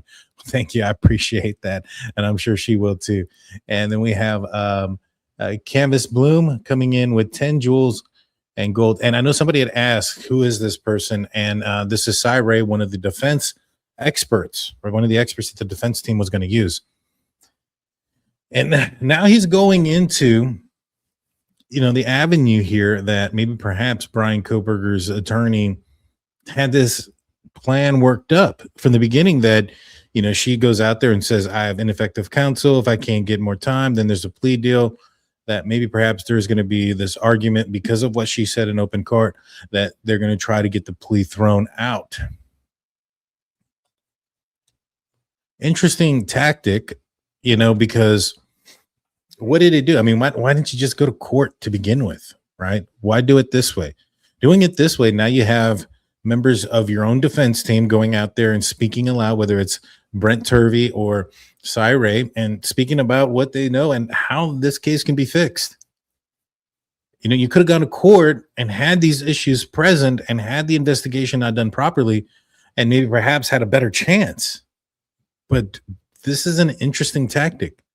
It reminds me of the movie Dodgeball, where the guy goes, that's an interesting tactic, Cotton. Let's see if it works out. That's kind of how I feel right here. If she wasn't effective, then why would he use her again? Well, that's a good question there. And I don't know if he's going to be able to, right? And maybe that's why he's seeking other counsel. But if there's an unhealthy relationship between Ann Taylor, and I'm not saying that there is, but if there is one, and she is willing to go out on a limb per se for him, I don't know. Let's see. We then see the Turvey Whitcomb book come out where, hey, there's all this conspiracy. Anne has to separate herself from that and says, oh, I don't agree with this. I'm going to reprimand you guys. Like, don't say these things. And now we see Bryan drop. And I knew the appeal was coming. In my book that I sent to the publisher in February, which is a manual, it's not a Bryan Kohberger tell-all, I put it in the book. Like, the appeal is coming. There's no doubt about it. You called it before it happened. And what I'm convinced about is Turvey and Ann are together on this. Turvey and Ann are not at odds. Ann needed some new information because that's the only way an ineffective counsel gets any legs at all. They need something new to get spun up. They need it to be very well known. And now there has to be the separation where Ann is helping Bryan, but not directly involved. And who takes that role is Turvey. So Turvey comes out, says all this nonsense. Bryan writes his thing. The last missing piece, and mark my words, I think we're going to see it in the next 60 to 90 days, Ann will absolutely fall on her sword for BK. She is a true believer. She believes he's innocent. She has an unhealthy relationship with him. And I think we're going to see Ann come out in the next 60 to 90 days, maybe a little bit longer, depending on the timeline. And she's going to eat the ineffective counsel. She's going to say, he's right. I missed it. I should have known about it. And big break moment. I just looked at it with a new lens, with this new thing. Yeah. A lot to unpack there. And if it ends up going down like this, man, that'd be crazy, because I mean, she's I don't know how that could affect her, I guess, her licensing and things of that nature. If she does something like that, he talks about her still constantly in conversations with him and it being an unhealthy relationship. Man, this is crazy. Please hit the like button, guys. Let's get the likes up. Let's get the If you're here still and you're not a subscriber, please subscribe. I'd appreciate it. Artwork's coming in with their membership for 26 months. Well, thank you, Art, for being here. Good to see you here. And so crazy stuff here. Let's see what further goes on. I'm going to go even further. I'm going to let some stuff out of the bag. So I've talked to some authors, and so they actually have footage of BK boxing. He's an amateur boxer. They have a whole thing of him in the ring. 3 minutes, 162 punches. 160. That was going to be like, oh, he couldn't do 150 in 12 minutes. Now they have him in 3 minutes throwing blows of 162 times. So there was more than enough time. There was actually more time for you to go in and maneuver and do things, change clothes, whatever you did. There was time there, and they were going to show him physically doing it against another human being that was willing to fight him. And these people are sleeping in bed. They had a great point. And I know that's something that Steve wanted to bring up there, and you could tell he was holding on to that. But we've talked about the incident that occurred in Australia where a man stabbed and killed, I think, 6 in the matter of minutes. I think within 2 minutes, and it was on 3 different floors of a shopping center, and he injured 12 others or something of that nature, or a total of 12, and 6 died. And they were alert. These people weren't asleep, drunk, and in the middle of the night. These people were aware and could have defended themselves to the best of their ability. Obviously, you have a guy with a knife. There's only so much you're going to be able to do, but they had more of an opportunity of defending themselves than what, Bryan Kohberger's victims did. And it was done in a lot less time. Plus, a big portion of this guy running around. I think the actual assaults occurred within 2 minutes, and he took the lives of 6. And so let's move forward, because I think it's just a couple of seconds, and then they go back into the Ann Taylor conversation. That Ann Taylor actually believes he's innocent and has an unhealthy relationship with him? I am concerned about the ongoing communication, the protection, just that I don't know how else to explain it, almost as like a motherly instinct with Bryan. To Steve's point, 100%. The Kohberger family was way more involved on that plea deal than the victims' families ever were. I believe that there was conversations going from the jail in real time of this thing going down. There's no doubt about that. But I've done a lot of these cases. I've done a lot of death penalty cases. It is very unusual for the defense attorney on the case, especially one who's technically a public defender, to stay involved and active with the defendant in prison visitations the year following a plea deal. That is incredibly rare. Like, the case is done. No one is in contact with him. So the idea that it's all Ann and only Ann, and he hasn't obtained a new attorney for this appeal, to me is very telling. I think jail logs and jail calls would really expose a regular routine between Ann and Bryan, that they're visiting and talking on a weekly, if not daily basis at times, which is weird. Yeah, that's unhealthy in my opinion. As a criminal defense attorney, you got to keep that line between your clients, right? Yeah, I was told by insiders that it's a small community we live in that said she's purposely after you, Steve. She's watching your interviews, making us all watch it together, and coming up with discovery based off your conversations. And once I learned that, guess what? I started talking about Bluetooth. I started talking about other things, and just put her on rabbit trails, just to play chess with her. But okay. I've heard some really unnatural things are going on in this case. Yeah, is there evidence? I'll save Steve for a minute. On Olivia's cue, I'm just joking. Is there evidence, Cy, that we don't know about, that was never public? I think there's definitely stuff that has been withheld and has still been withheld. I don't know how much it was conveyed to the victims' families, universally, not just Steve and Olivia, but across the board. There's some really disturbing things on his internet history that I don't know ever really came out, that would be incredibly hard to just simply show and walk away from a jury not thinking that it's going to leave a big impact, especially on the case of this nature. I'm talking right now specifically his porn history. He's got a very disturbing porn history that I think really paints a picture. And that's all non-consensual acts. And I also heard gay, male to male gay. Is that accurate? I don't know on the gay stuff. And quite honestly, I don't mean this in the way it's going to sound. I'm not focused on the gay porn. For me, I know what you're focused on.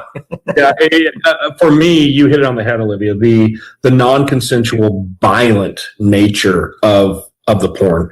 I was aware of terms drugged, raped, passed out, sleeping. I would go more on incredibly violent sexual encounters. So not the sleeping or passed out, but very aware of what's happening and it being very, very violent. Which is always a tough thing for a prosecutor, a defense attorney to get through. That's something that's going to really tell a story about somebody's character. I think that there's stuff to still come out. I think you guys are going down the right road. I've quietly been watching, waiting for more to drop. I can tell you, for me, the location information and the pattern of life, it hasn't come out because I don't think they ever looked at it. And it is by far the most telling of what we have out there.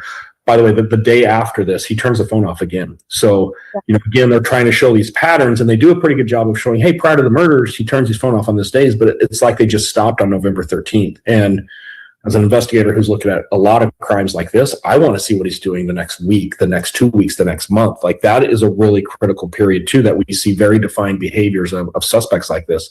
And the very next day, he heads to Moscow, he turns his phone off, he turns it back on, and he's southbound on I-95. It's almost a mirror of what you saw the day before. The Barnhart said that they found a config file that they had to reproduce, and luckily they had exact same phone. But basically, he went through a pattern. He turned off the Wi-Fi. Then I'm going to mess this up, but he turned off the Wi-Fi, like airplane mode, then put VPN, and then put VPN to only establish connections after start.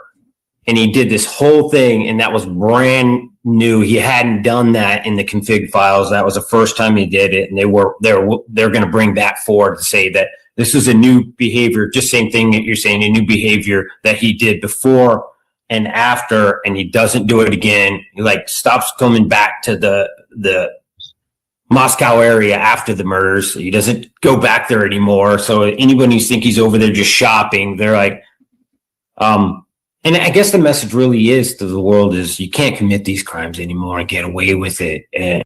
And that's really what I'm trying to say is I just learned recently with the labs I'm working with, I can't say this on regular TV, rapes are getting very, very rare. People don't get away with rape anymore because there's the fluid exchange, and that's leading everyone's starting to learn. If I do this, I'm going to get caught. And I agree, and I understand what Steve is saying there, and we'll talk a little bit about the type of activity that he was watching, the adult content, forced and very violent. So the drugged and passed out really wasn't in there. It was the violent aspect, and then you find out how violent, his actions were that night as well. It wasn't just a surgical. You have somebody asleep. You can strike them a couple of times and take their life. When you look at Kaylee, she had violent strikes to her face that had she not been stabbed, she still would have succumbed to her injuries. A lot of violence involved in this. And so when you think about why he committed this crime, there was definitely a sexual motivation to it. I want to thank Jolene May coming in with 100 joules. Thank you so much for that, Jolene. And then we have a couple of more. Let me pull them up real quick. We have Deborah coming in with 400 joules as well, saying Eagle. Oh, and Joy Mace has high five, and then another Eagle from 400 joules from Kenji. Thank you guys so much for your support tonight. I appreciate everybody. Yeah, I don't know, we can correlate Jeremy Saba into that, but it's interesting. I had no idea that was in there in his search history. Let's see, where are we at? Okay, and so the phone behaviors as well, the activities the day after, involving possibly even going into Wi-Fi, airplane mode, and VPN settings. Interesting stuff. Now, he does go into the IGG and how that could be an avenue for Bryan Kohberger in the future, given the way this case was presented. And, you know, in the end, they still have an opportunity to prove he's guilty without the IGG.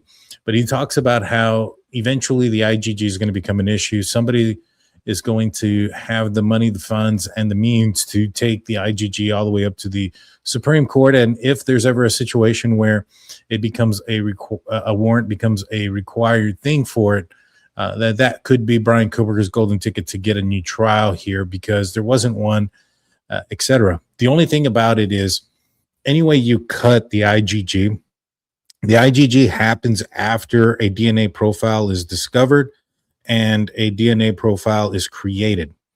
And so you would need to do those things initially, then send that off to your reporter or your reports there, your lab, so that they can do a genetic genealogy, so they can determine family members of that person, or maybe even that person themselves, if they had, submitted DNA to one of the sites that the lab has access to.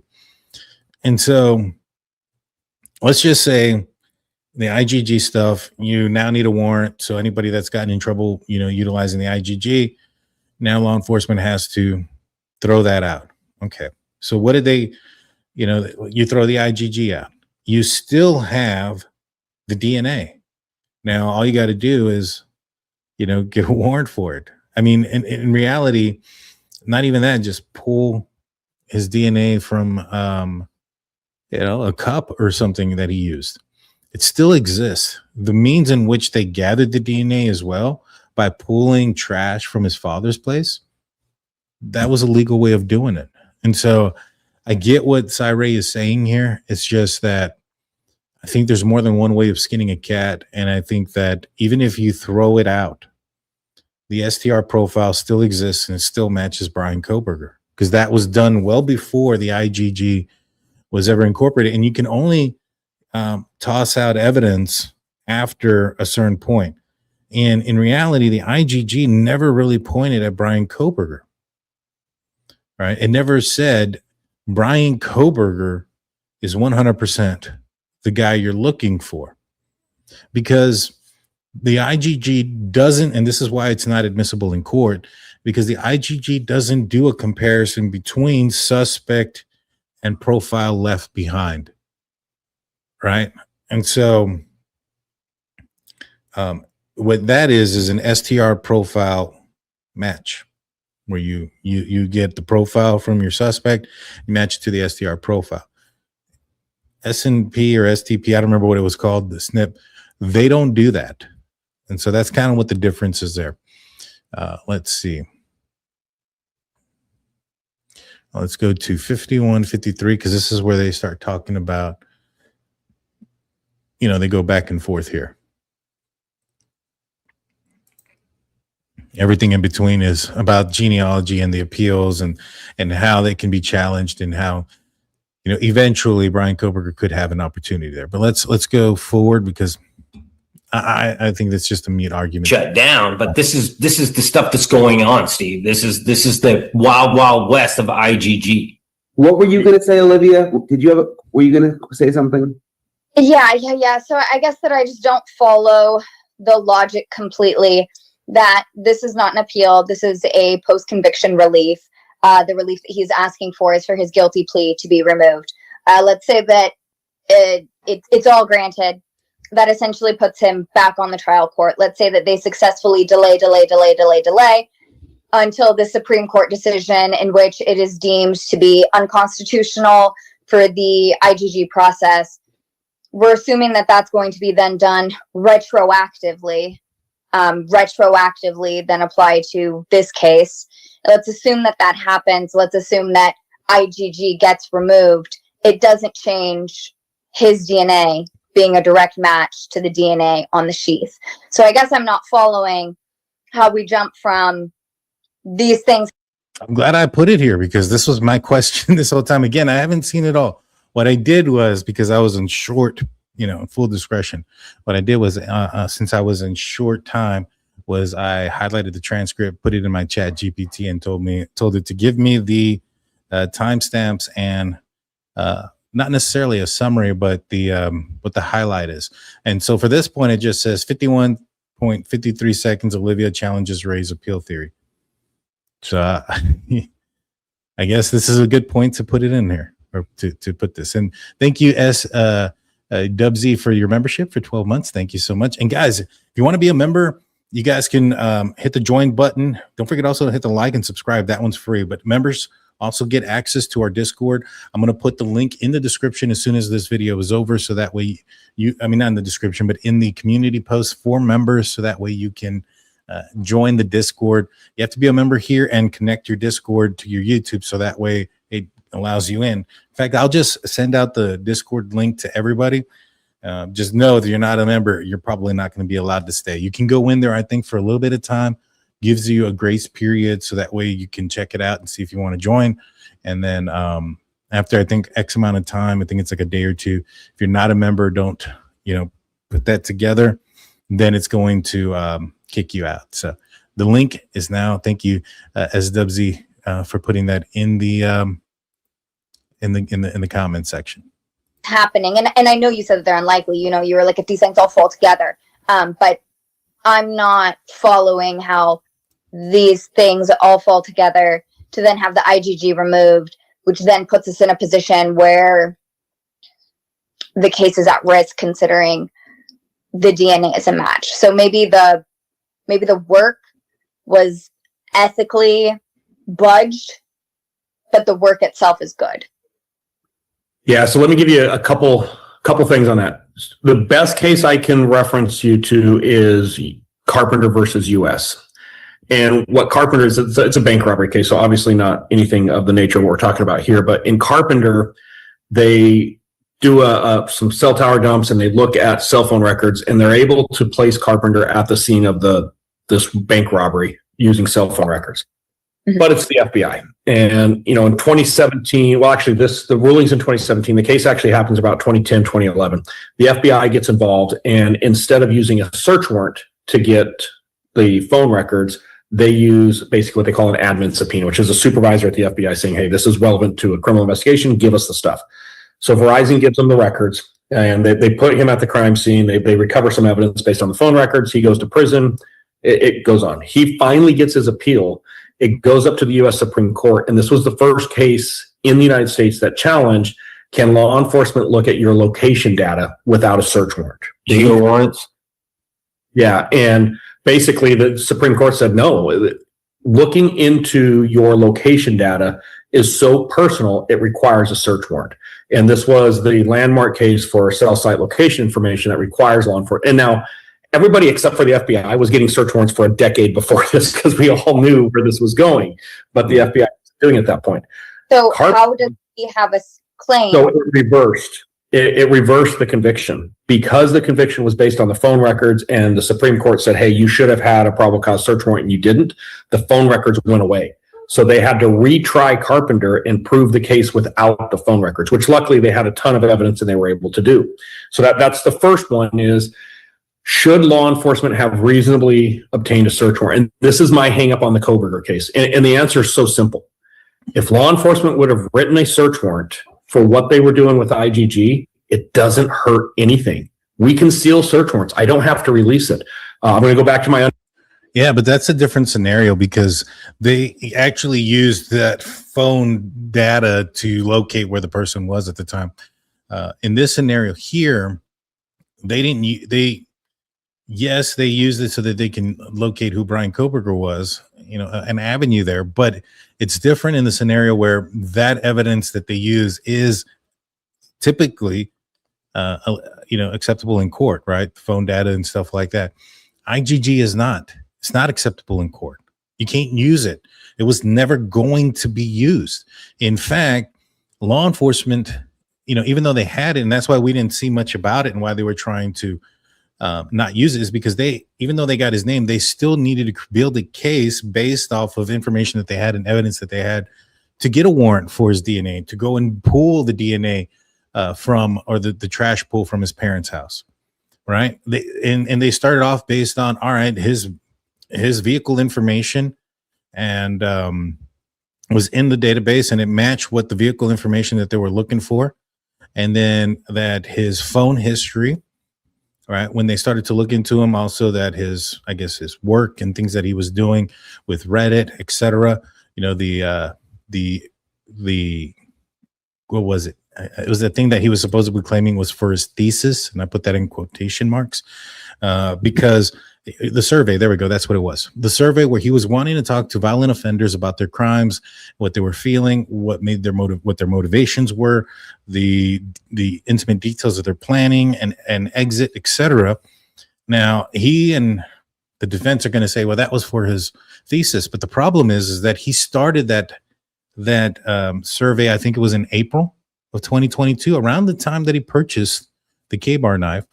And so his thesis and his graduation was in May. Now, what makes it even more interesting is that his professor has come forward and said, hey, you know, I know it's an interesting question survey, you know, but those are surveys that you would have used, and that was part of his thesis, and he just didn't have time to finish it. Okay, that's fair. That is fair. However, Reddit had taken it down, and this is in the court documents. Reddit took it down, and Reddit said, no, you know, the type of questions that they have is not what we agree with on our platform. And Bryan Kohberger on multiple occasions had to appeal it well after his graduation. So his thesis was already done and completed, yet he was still continuing through his DataSeal's email address and under the guise of the said thesis that he was still trying to communicate with ex-felons about these violent details of their crimes. That continued after his graduation, well after his graduation. In fact, that's why we have pictures of him with numbers and dates and things in his name, because that's what you have to send to Reddit to verify you are who you are. And there's also the transaction, the communication, I mean, between Reddit and Bryan Kohberger, specifically on the survey post-graduation. So, you know, it wasn't used for that. And well, anyway, so you can look at that scenario and say, all right, you have this survey that he's claiming is for that, but it's continuing post-graduation. Is that enough? Plus the vehicle description. Then you ask for his phone locations, and you find out that his phone was turned off during the time of the incident. And well, not only that, but that he was moving before the phone turned off and afterwards, and he was just south of Moscow. Despite, you know, how accurate the locations, etc., were, he was moving and he was south of Moscow. Is that enough to get you a warrant so that you can get his DNA? I 100% agree it is. But they didn't go down that route. You know, they still went and surreptitiously or secretly took the trash from the Bryan Kohberger family, and they, you know, unfortunately they weren't able to find Bryan Kohberger's, but fortunately they had a house full of his relatives who were able to determine that the person that they did get male DNA, you know, from was the biological father of the person that left the DNA on the knife sheath, which was Bryan Kohberger. And that was enough at that point to get a warrant for him. And so in all of my explanation there, at what point did you hear IGG? You didn't. That is how they were able to create the case against them, because it's not what you know, it's what you can prove. Right. And so, like, for instance, if I was hanging out and some random dude came up to me and said, hey, you know, let's just say I was a police officer again, hanging out of my patrol car on the beat. Random dude comes up to me and says, hey, you know, I believe somebody committed a violent crime in that building, you know, 3 or 4 blocks down. You should go investigate it. And then the guy disappears. I never find him again. Because I don't know who he is, and let's just say I go out there, I see blood outside, I see blood leading into the house, I see a broken window, I see a bunch of issues that gives me probable cause to enter the building without a warrant, and I discover a crime scene. Right now, does that mean that the eventual suspect that we capture later on in the future gets to walk free because we cannot locate the person who initially said, hey, I heard some noises, I heard somebody scream, I think something happened over there, and disappeared? Of course not. Now, if I went to that house and it was silent and it was quiet, the lights were off, and there was no blood, there was no evidence of anything there, I don't have a case to go in there. I would need a warrant, and based on the information, there wouldn't be a case there. You have to build your case, and in this scenario here with Bryan Kohberger, in the PCA, they build their case. Now, the PCA is not the all be all end all. That is just the beginning part of the investigation and what they know, so that way they can show the judge that they have probable cause to charge somebody with the offense. Now, I know a lot of people get hung up when prosecution says that the PCA is no longer relevant. Well, much of it isn't, to be honest with you. For instance, and we can go into, like, for instance, the phone data. Now, they had advanced timing records, or not even that. They had cell GPS triangulation, right? No advanced timing records because those were already deleted. Those things are not as accurate as GPS. And so and I know that this may not, fall in line based on what we've learned from CyRay, but you get the triangulation data points, and you use that for a warrant, so that way you can get the phone itself after you arrest them. Now you have the phone. Now you get a warrant for the phone, so you can get their GPS locations, which are more accurate. Now that makes the initial warrant for the initial triangulation data irrelevant. You don't no longer need it. It already, you used it, you got it done, you got the search warrant, and now you have your concrete evidence that you're going to use in court.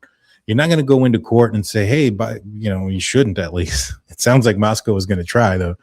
You shouldn't go into court saying, hey, by golly, we got these triangulation, and it says within a 25 meter or 50 meter, 100 meter point of accuracy that this person was here, here, and here.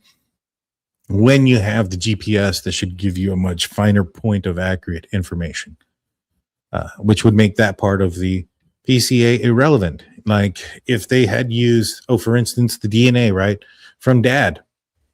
It's in the PCA that they went in there, they took the trash from Dad, they matched it up to Dad, and then they got a warrant for Bryan Kohberger's DNA, and that matched 1.5 octillion times it being somebody else's DNA to Bryan Kohberger. Well, now you don't need that whole information about, of the collecting of the DNA. That's irrelevant at the time of the trial.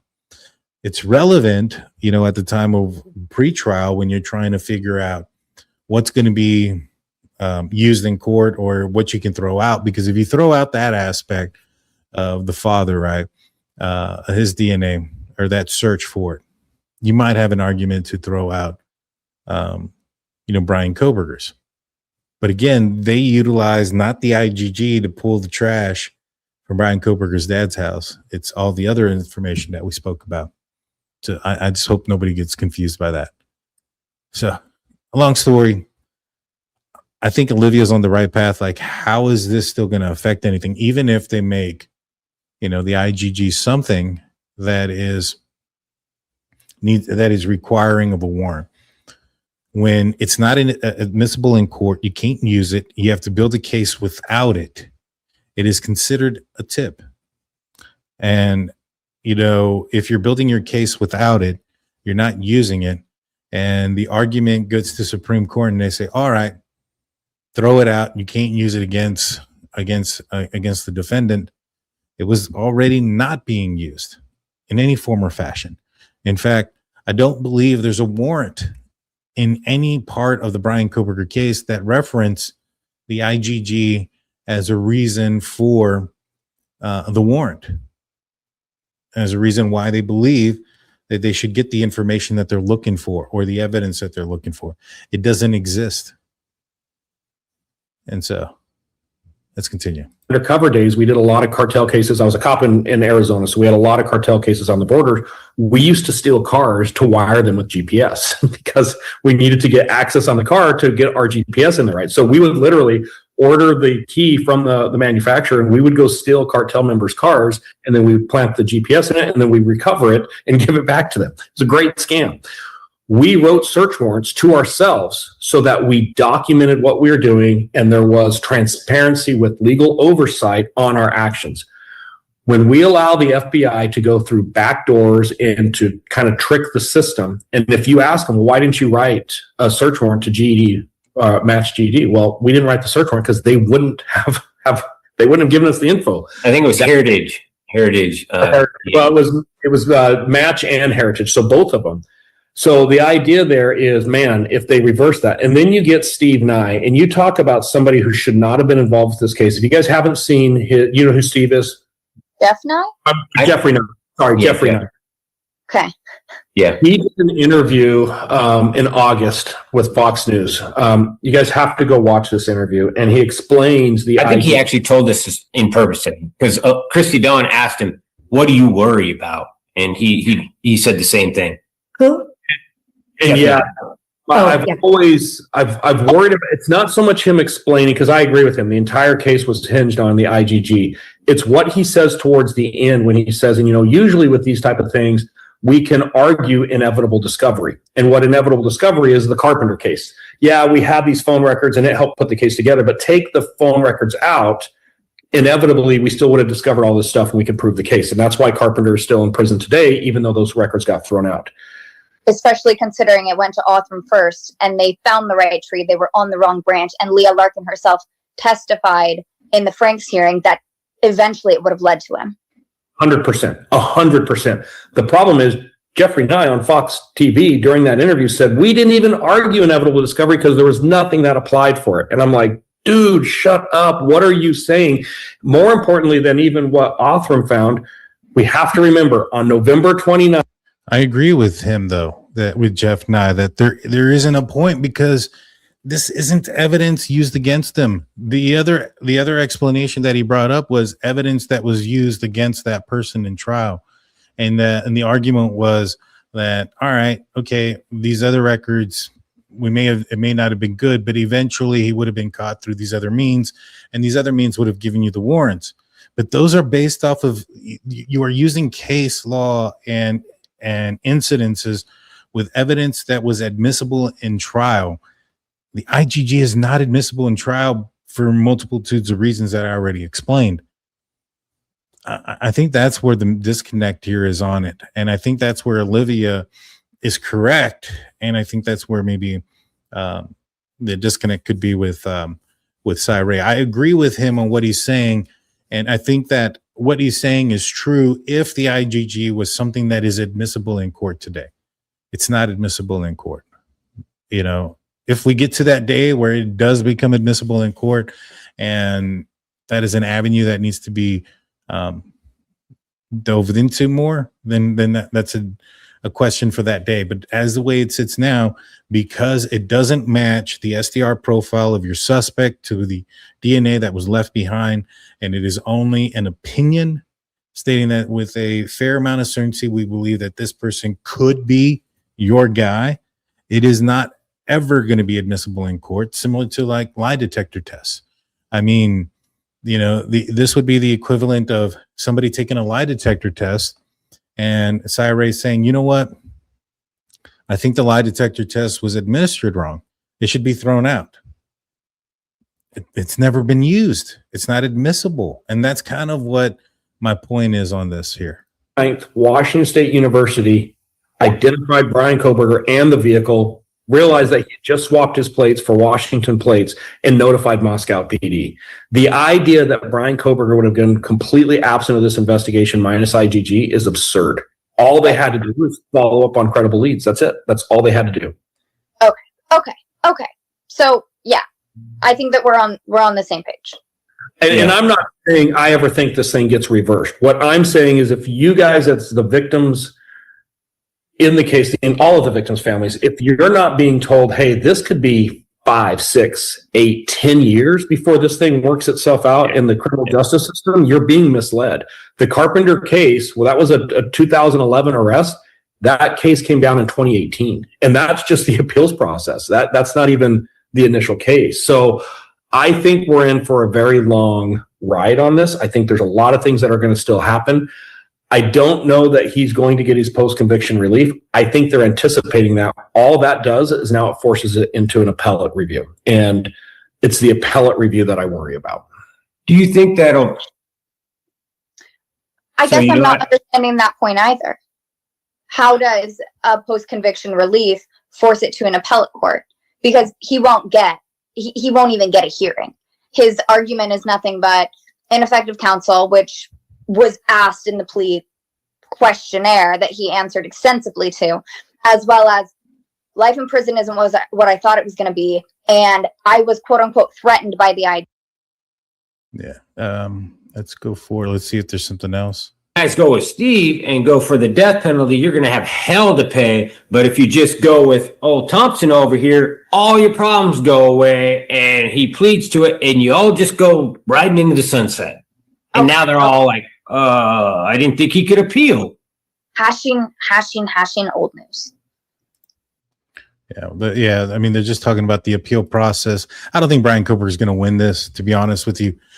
If he were to, I think it's going to be something, again, that he wanted, that he got, whether that was the waiving of the speedy trial. I think it would have been in his best interest had he gone to trial right away. Change of venue, I think, would have been in his best interest to stay where he was at. And now he's also arguing the plea deal, which I think that if he were to win this and get a new trial, that he's going to look back and think that it was probably best to stay where he was at, because I think he's going to lose. He's going to be convicted and he's going to be sentenced to death to face the firing squad. Now, whether that takes 10, 15, 20 years, that's what's going to happen. You know, he's going to eventually lose his life in that manner.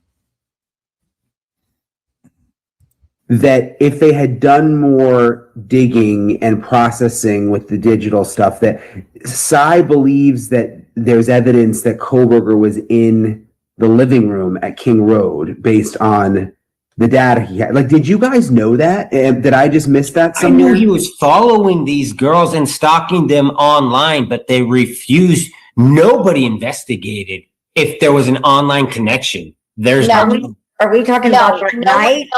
That night he was in the living room? No, Cy thinks previously, based on the data that he has from the defense. So fucking terrifying. Out because we just skirted on past it. Sorry, I've been thinking about that. No. You're right. I'm like, did I miss that somewhere and you guys secretly knew, or I didn't? Well, I'm going to go a little bit off script here too, and I could be wrong. And this is where I was asking about the VICAP report and all the questions to family and friends, which I can't find any reporting being done. Never happened. The little bit that I have dug into, I also believe it's possible that Bryan Kohberger could have been at that house at certain times and not necessarily even been noticed. I think he could have blended in very easy.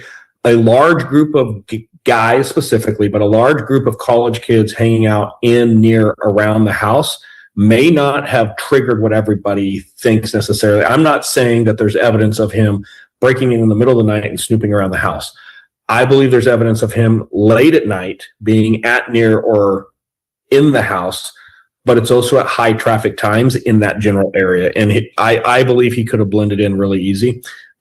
Basically, what he's trying to say is that Bryan Kohberger was there on weekends or party nights when there was probably a lot of other people at the house. A lot of people, remember, we saw some footage where supposedly none of the people that lived at the house were there. I don't really think that that's true. I think that Bethany was there. I think Xana may have, I don't know if Xana was there, but I do think Bethany was there on one of those nights, because I think she's the one that opens the door and then leaves. And, then that's when Hunter and other people come to the door. And this was the night that there was a loud noise complaint, and officers arrived. They had found beer outside. They discarded it, etc. But there was so many people there. In fact, the night before the murders happened, it was described that 150 plus people passed through that house and the other houses in that neighborhood through parties that were going on. And so very likely that he could have been in the house. And it doesn't have to also mean that he was there, broken in when nobody was there. Although there was 2 occasions where the victims, the roommates, described where they came home and the back door, the front door were open. And that one time the washing machine was on. So Take that for what it is. The other thing I'm going to throw back to Steve that is just mind-numbing to me is there is a pattern of him looking at multiple houses. I believe he's a serial killer. I believe that was the intent here, was he was going to start his serial killer spree, if you will. And one thing you have to understand about the psychology of serial killers is part of what drives them, part of what fuels what they're doing is the randomness of selecting victims, watching victims and thinking in their head what they could do. That is a huge piece of serial killers. And I think he had multiple targets throughout the entire Moscow, Pullman area. And when you look at his phone at night, that's what he's doing. He is going around hitting these different houses, watching people, interacting with them potentially. I cannot find any history where somebody's taken the phone records and mapped out all these locations and then gone to law enforcement reporting to say, hey, what reports of a prowler, suspicious person, stalking type behavior, like just give us all the calls for service in these different areas and see, can we match up? Hey, he keeps going back to this other house on the northeastern side of Moscow. Oh, weird. The neighbor across the street has called in 3 times about a white car. Like, how does that change this investigation dramatically?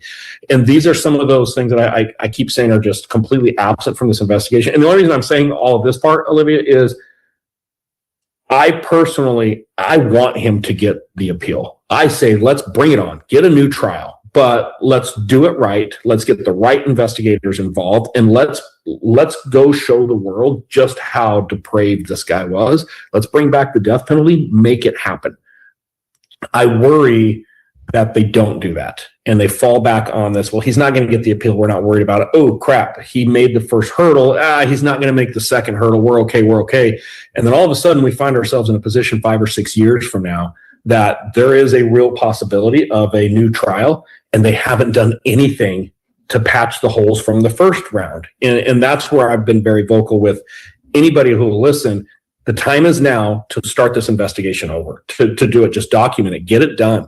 It's not a crazy expense. I mean, we've done everything at our own expense. I probably have about 50,000 invested in my Kohberger nonsense at this point. Like, there's people like myself and other people and stuff that you guys are doing that you can do this the right way.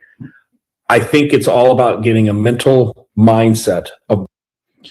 I agree with him there. You know, I don't necessarily agree that based on the reasons what he's saying is that he might get an extra, a hearing. But if law enforcement don't fix these issues, and let's just say Ann Taylor does fall on the sword there for Bryan Kohberger, is there a world where he could get another trial? I think that it does exist. And so you want to finish this investigation right. And I really hope that that happens. I really do. Let's see what else he says. Let's fast forward a little bit. Let's see if there's anything else. Public, to follow them without them knowing, to do these things until that was no longer giving that drug hit wasn't enough. Now, real quick, and this is probably going to be the last thing because this is towards the end already. And then I'll take a few of your questions. Man, my camera system, the lights isn't working right. There we go. Well, yeah, I think there we go. Sorry about that. There it is. Now it's picking me up. It's making me look kind of crazy there for a second. Let's see. Now, basically what I was saying earlier was that I felt that there was, Bryan Kohberger had other possible victims, right? That he was stalking other people. There was reports of people that thought that he was in their bathroom, outside of their window, etc. And then there was also images. I mentioned this earlier in this podcast. There was images of other people, other women from Pullman and in Moscow. And then I wondered myself as well, he purchased the K-bar knife in Pennsylvania. Is there a possibility that he was going to commit this crime in Pennsylvania before going across the country to Pullman? And then you go back to how law enforcement were investigating him with the, I can't remember her name, but there was a person who had lost her life that was dumped out there near Bryan Kohberger's Pocono residence. And apparently she had some sort of loose ties to who Kohberger, with Kohberger, being that they both were heroin addicts and maybe perhaps were in the same circle. They did call in Bryan Kohberger's family to testify in that grand jury court. Now, it sounds like he may have had an alibi for that, but heck, I mean, is it possible that he did something similar with his phone or whatever the case, to, misdirect that investigation. There's a lot here to unpack, and a lot here that I think I need to not necessarily redo, but I think there are some things that I missed. Again, I'm not a person who is the type of person that doesn't admit when I'm wrong, and I think I am. I thought that Bryan Kohberger initially had driven the route that he had driven to get away from the investigation, right? Because law enforcement, if he would have gone straight to Pullman, law enforcement were going to pull the video cameras, which they did a preservation on, for the neighboring cities' footage, right? And they would have seen a white Elantra pulling in 10, 12 minutes after they believe when the murders had occurred. And that would have been an issue for Bryan Kohberger, right? They would have been able to follow that vehicle up north to his apartment and, really canvass that area to find him. And so, in my opinion, I thought that he had taken that long, weird route because of that. And I think that was not necessarily the case. I think that after this interview, I think that it sounds like he took off in that direction because of panic, and he had to turn on his phone for the navigation aspect. I also believe he was listening to Broadcastify, which was, disclosed in the documents that he had downloaded Broadcastify that night, which aired out Whitcomb 911's dispatch, which, again, he left at a high rate of speed. He was very well aware that somebody had seen him and was aware of his presence, and he probably thought that they called 911 and wanted to listen to what was going on.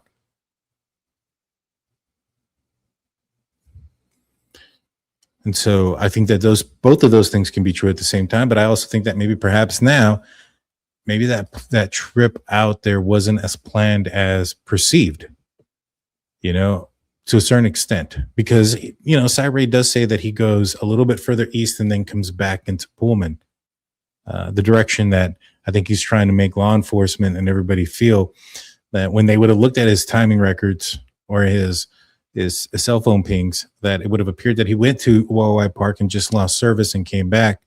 He was probably hoping and banking on the thought that he would never have been that much of a suspect, and that they wouldn't have looked at his or made an arrest and actually seen his phone activity and the manner or the steps that he had taken so that way he could turn his phone off. Interesting stuff. All right. I'll answer a couple of questions. We'll do this for the next 5 to 10 minutes. Tops. Put a couple of stars so that I know that you're talking to me. Members, I'll definitely answer your questions for the next 5 to 10 minutes. And then we'll call this a show. I'm going to actually reach out to Steve and see if he'll do an interview with me and kind of go over what he thinks now that he's talked to Cyree and, putting things together and kind of brainstorm. I'll see if he'll join me on the next one that we do. But tomorrow night, guys, I really want you guys to join me, because if you guys really think that there's maybe potentially some conspiracy when it comes to law enforcement or corruption or incompetence, there's a case out in Fredericktown, Missouri that I'm going to be talking about tomorrow night. It's the Timothy Dees murder.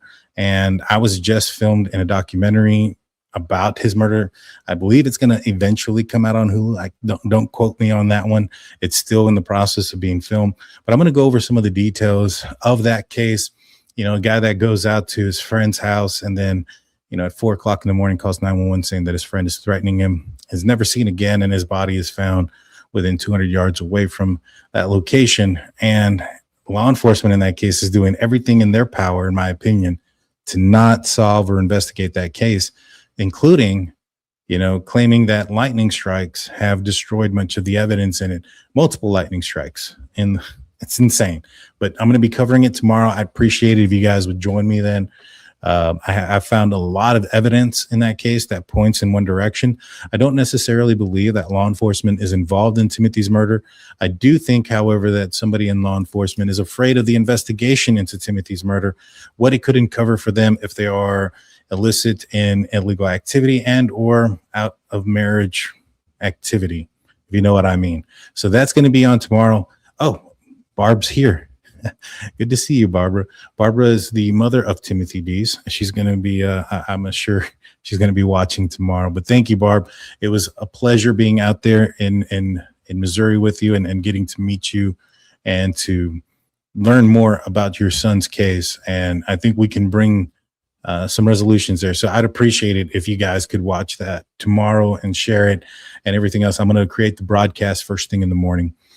All right. So let's look. If you have a couple of questions for me, put a couple of stars so that way I know that it's towards me.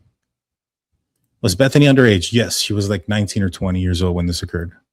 I think her and Xana were under the age of 21. It was Maddie and Kaylee who were over the age of 21 at the time. Let's see. That's a Manson thing, break in the house and rearrange the furniture. It's a psychology thing, right? You want to strike fear. You want to create a response. I had a criminal profiler on, Carrie Danes, world-renowned criminal profiler. She's from the UK. We did a video not too long ago on the Bryan Kohberger case right before all this stuff happened. And one of the things that she said when I brought up that situation, that there was that Bryan Kohberger had entered the house and moved some things around. And she said, that's interesting based on the things I had mentioned about his tap talk and his lack of feelings. For a man who doesn't feel in those type of things, him creating somebody else to have a reaction or feelings, it creates a feeling of being significant on their own end. I made you feel something, therefore I'm significant. And Bryan Kohberger had a front row seat to that because it was somebody that he was friends with, somebody that trusted him, somebody that went to him and then not only stayed with him for a night or two, but also asked him to install some cameras, which potentially had him had access to. And so, crazy situation.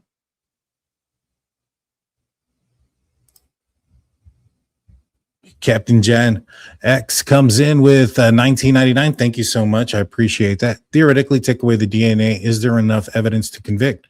I think that's what some people want to know. Well, if you go down the route that Cy is proclaiming, I think that there is, because there's still a couple of things that exist. Bryan Kohberger still has a vehicle that matches the description. That is a vehicle that is seen outside. He has purchases of the weapon, and that can't be found. He also has his phone turned off during that specific time frame in which the murders happen, and then turns back on, in which he also is south of Moscow. So he's out and about during that specific time frame, right? And then you also have his trip. You have him coming into Pullman. You have the digital evidence if they were to go through it correctly and put him inside of the house and around the house on multiple occasions, following the victims from the home. And then you also have the disturbing behavior that he had amongst, the other students there at WSU, especially towards women.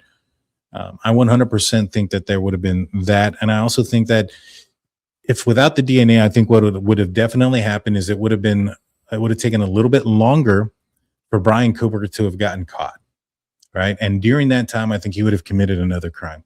And another crime would have also had its own issues, and I think he would have eventually gotten caught. And given the evidence that we have here, it would have been easy to show that. Now, he was planning on going back to Pullman for Christmas. I don't want anybody to get confused when I say that Bryan Kohberger fled after the Bolo. He definitely did. Now, the reason we know that is because we have Bryan Kohberger's father's, and I'm going to see if I still have it. We have his father's plane. Let me see. I have so many folders here on the Bryan Kohberger case. I don't know if I have it labeled. Email to Pullman, forced fire letter, apprentice info, interview, interrogation. Let me just show you guys what I got on the Bryan Kohberger case. And so I got a lot of stuff. Timeline, WSU, TikTok warrant, tip worth white car on Johnson Road. WSU student recognized photos of her friends. Oh, I remember this one. Let's see. And I read all these. That's why they're saved and highlighted. So if people ask if I know this case, I've read every single one of these, highlighted them all, and gone through all of the documents. But this one here is her daughter watched the Dateline special, and they were talking about photos of WSU students. Bryan Kohberger's phone was able to identify several photos of her and one of her friends as being in the photos reported to have been on Kohberger's phone. How crazy is that? How crazy is that? All right. And so let's see, check the core interview, in shot. Oh man, I have so much of this stuff here.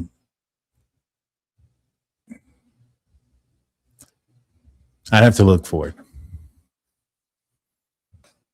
But do I think at what point, I do think that, well, there's one of them right there, right? I think he did have other victims in mind. And so if he committed those crimes, I think he would have definitely gotten caught. And so, oh, there we go. That's what I was looking for. I almost forgot. I was looking for the picture of Bryan Kohberger's father purchasing the plane ticket. So Bryan Kohberger's father purchases a plane ticket to go to Pullman on December 10th. And the flight was for December 11th. He was supposed to arrive in December 11th from Philadelphia all the way into the Pullman airport. What happens is he gets to Seattle, and in Pullman, there is a weather delay, snowing, can't get in there. And so during this time, Bryan Kohberger,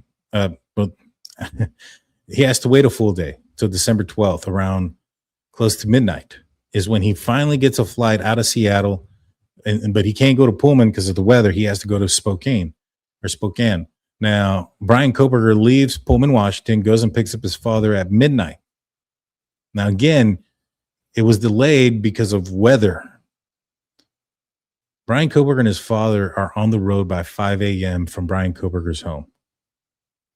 All right. And so picture that. You still got to drive from the time that you get into to Spokane back to Pullman through inclement weather in a Hyundai Elantra.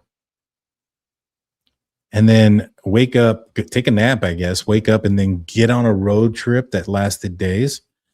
Bryan Kohberger didn't care about his father or his father's well-being or how tired he was. He just wanted to get the vehicle out of there. Now, when Bryan Kohberger's father on December 10th purchases this plane ticket, he also purchases another one to return from Pullman back to Philadelphia in January 20th, I believe. And so that shows a history that this is a person that purchases ahead. Now, we do know based on social media posts from Bryan Kohberger's mother that she had told people that Bryan Kohberger was going to visit for Christmas. The Dateline special had indicated that there was some emails between Bryan Kohberger and one of his students referencing the grades that he had. And he had put something in there to the effect that, hey, sorry, I'm barely getting to this. I'm fixing to fly out to Pennsylvania to visit my family. I think that was the initial plan, was for him to fly out there. But Bryan Kohberger panicked when the Bolo came out and it showed a vehicle that matched his very closely, and he knew he couldn't leave the vehicle behind. We also know that when he takes a picture of his vehicle, when he switches out the license plates, there is not that wind deflector on the hood of the vehicle. That wind deflector is seen on Bryan Kohberger's vehicle when it's parked in Bryan Kohberger's parents' home, which is interesting. It's parked in the garage, where it could be cleaned and out of the elements. Now, if Bryan Kohberger had a history of parking his vehicle in the garage and was concerned about the snow, I'd say, all right, that makes sense that his parents would clean out their garage and allow their son to park his vehicle in the garage free of the elements because it's such a nice car and it's garaged all the time. But it's not a nice car. It's a 2015 base model Elantra that was parked several times outside in the elements. And we know this because Bryan Kohberger sent photos of his vehicle parked in the snow at his WSU apartment to his parents. So what the parents think become at all suspicious about their son's requirement to have the vehicle continuously parked in the garage. What about their own vehicles? Why they didn't park in the garage before? These are the questions that I have. And I wonder, given how much that the Kohbergers were aware of the scenario that occurred just 10 miles away from their son's apartment, and that the Bolo comes out that a white Elantra is involved. And I know that they were, talking about the case. And here's how I know that they were talking about the case.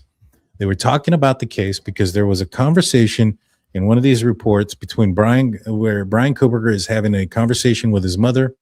And then during that conversation, a news article about the case is sent via text message between Bryan Kohberger and his mom.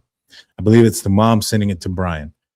Now, why would you send an article about the case in the middle of your conversation with somebody, if not that you're debating or trying to prove a point about something and say, no, I think this is what happened. They said this, and that. Oh, let me show you the article. And then you send it. So they talked about it. They discussed it. They were sending each other articles of it. So I would find it very unusual that they were unaware of the Elantra that was seen, or the bolo for the Elantra, and them wanting to talk to people, knowing that morning Bryan Kohberger had called him at all hours of the night, spoke to him very early in the morning, and that he drove a similar vehicle and not have any suspicion. I doubt it. But I'll see if I can find those documents. I do have them in the Bryan Kohberger playlist. You can go through it. You can see that I have predicted a lot of the stuff that was being said or done in the Bryan Kohberger case. And I've also gone through majority in all of these different cases. And so look, this is Murphy door open. I hope I highlighted it. I don't know. Maybe this is the wrong one. Here it is. There was a dog belonging to Kaylee in the third floor bedroom, which was access to the third floor deck. The deck had no exterior access to the ground level. I asked Officer Nunez to close the door to the bedroom so the dog did not try to disturb the scene. Other than that action, MPD patrol officers left the scene as it was found. So they found it with the door open. And that was one of the things that I had wanted to say earlier. And also that was the case here as well. Murphy fool. Murphy goes up and down stairs. Murphy released to JD. I got a bunch of documents here. Stalker in the wood line. This is the document where they talk about Kaylee saying that that Murphy ran off and that they saw somebody in the wood line. I got all of them here. I got them all.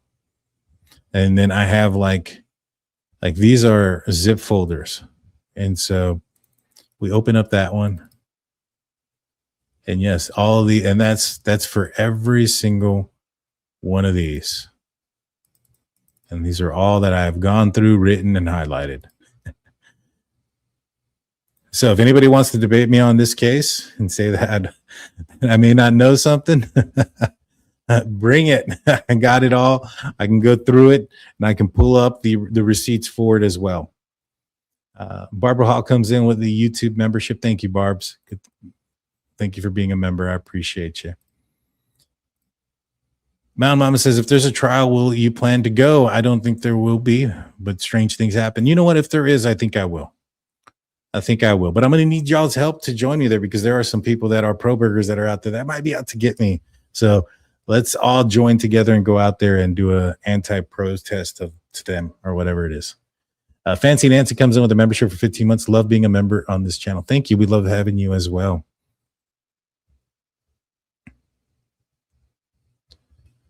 Let's see.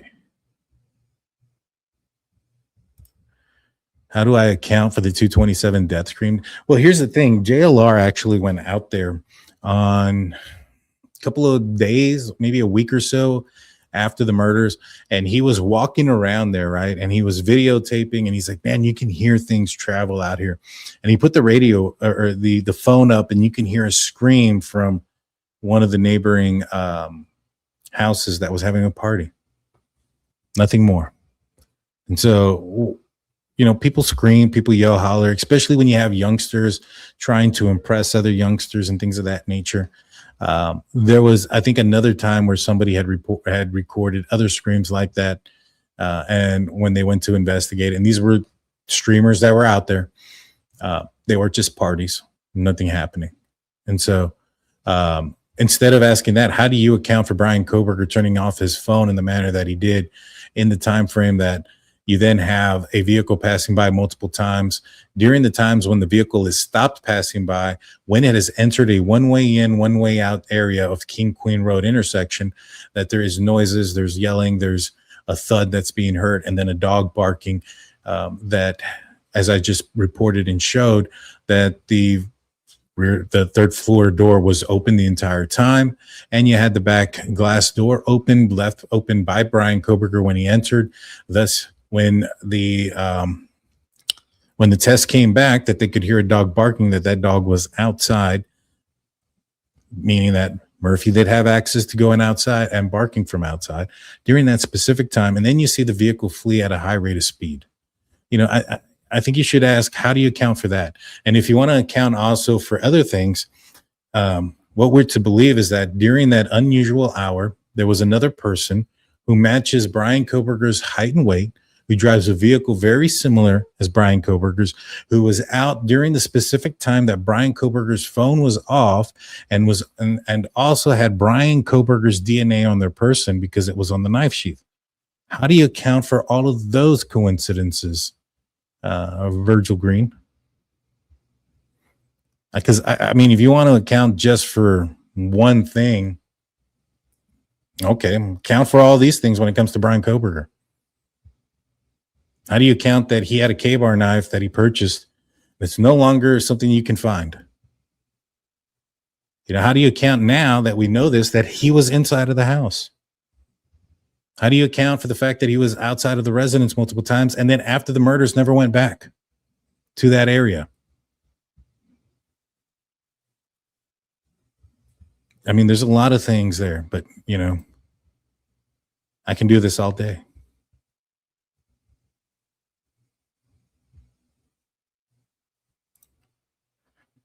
Dad drops him off, collects him. Dad is the emotional center of the home. Mom wears the pants. Yeah, probably so. Well, all righty, guys, that's going to do it for me tonight. I'll be back on tomorrow night talking about the Timothy Dees case. I'm going to ask Steve if he can join me next week, if he can. I know he's got to clear it with his lawyers and things of that nature. I wouldn't see why he wouldn't. I was just talking to him earlier, but I want to get his perspective now that he's spoken to Cyree, and what he's put together with what he's known and what he's learned and what he thinks about the case now and moving forward. So hopefully he'll join me. Please hit the like button, hit the subscribe button, ring that notification bell. I'll be back on tomorrow night. Until then, guys, I'll see y'all later. Check the community post in about 2 minutes, because I'm going to post up the Discord link there. Until then, guys, I'll see y'all later. Peace out, everybody. Bye.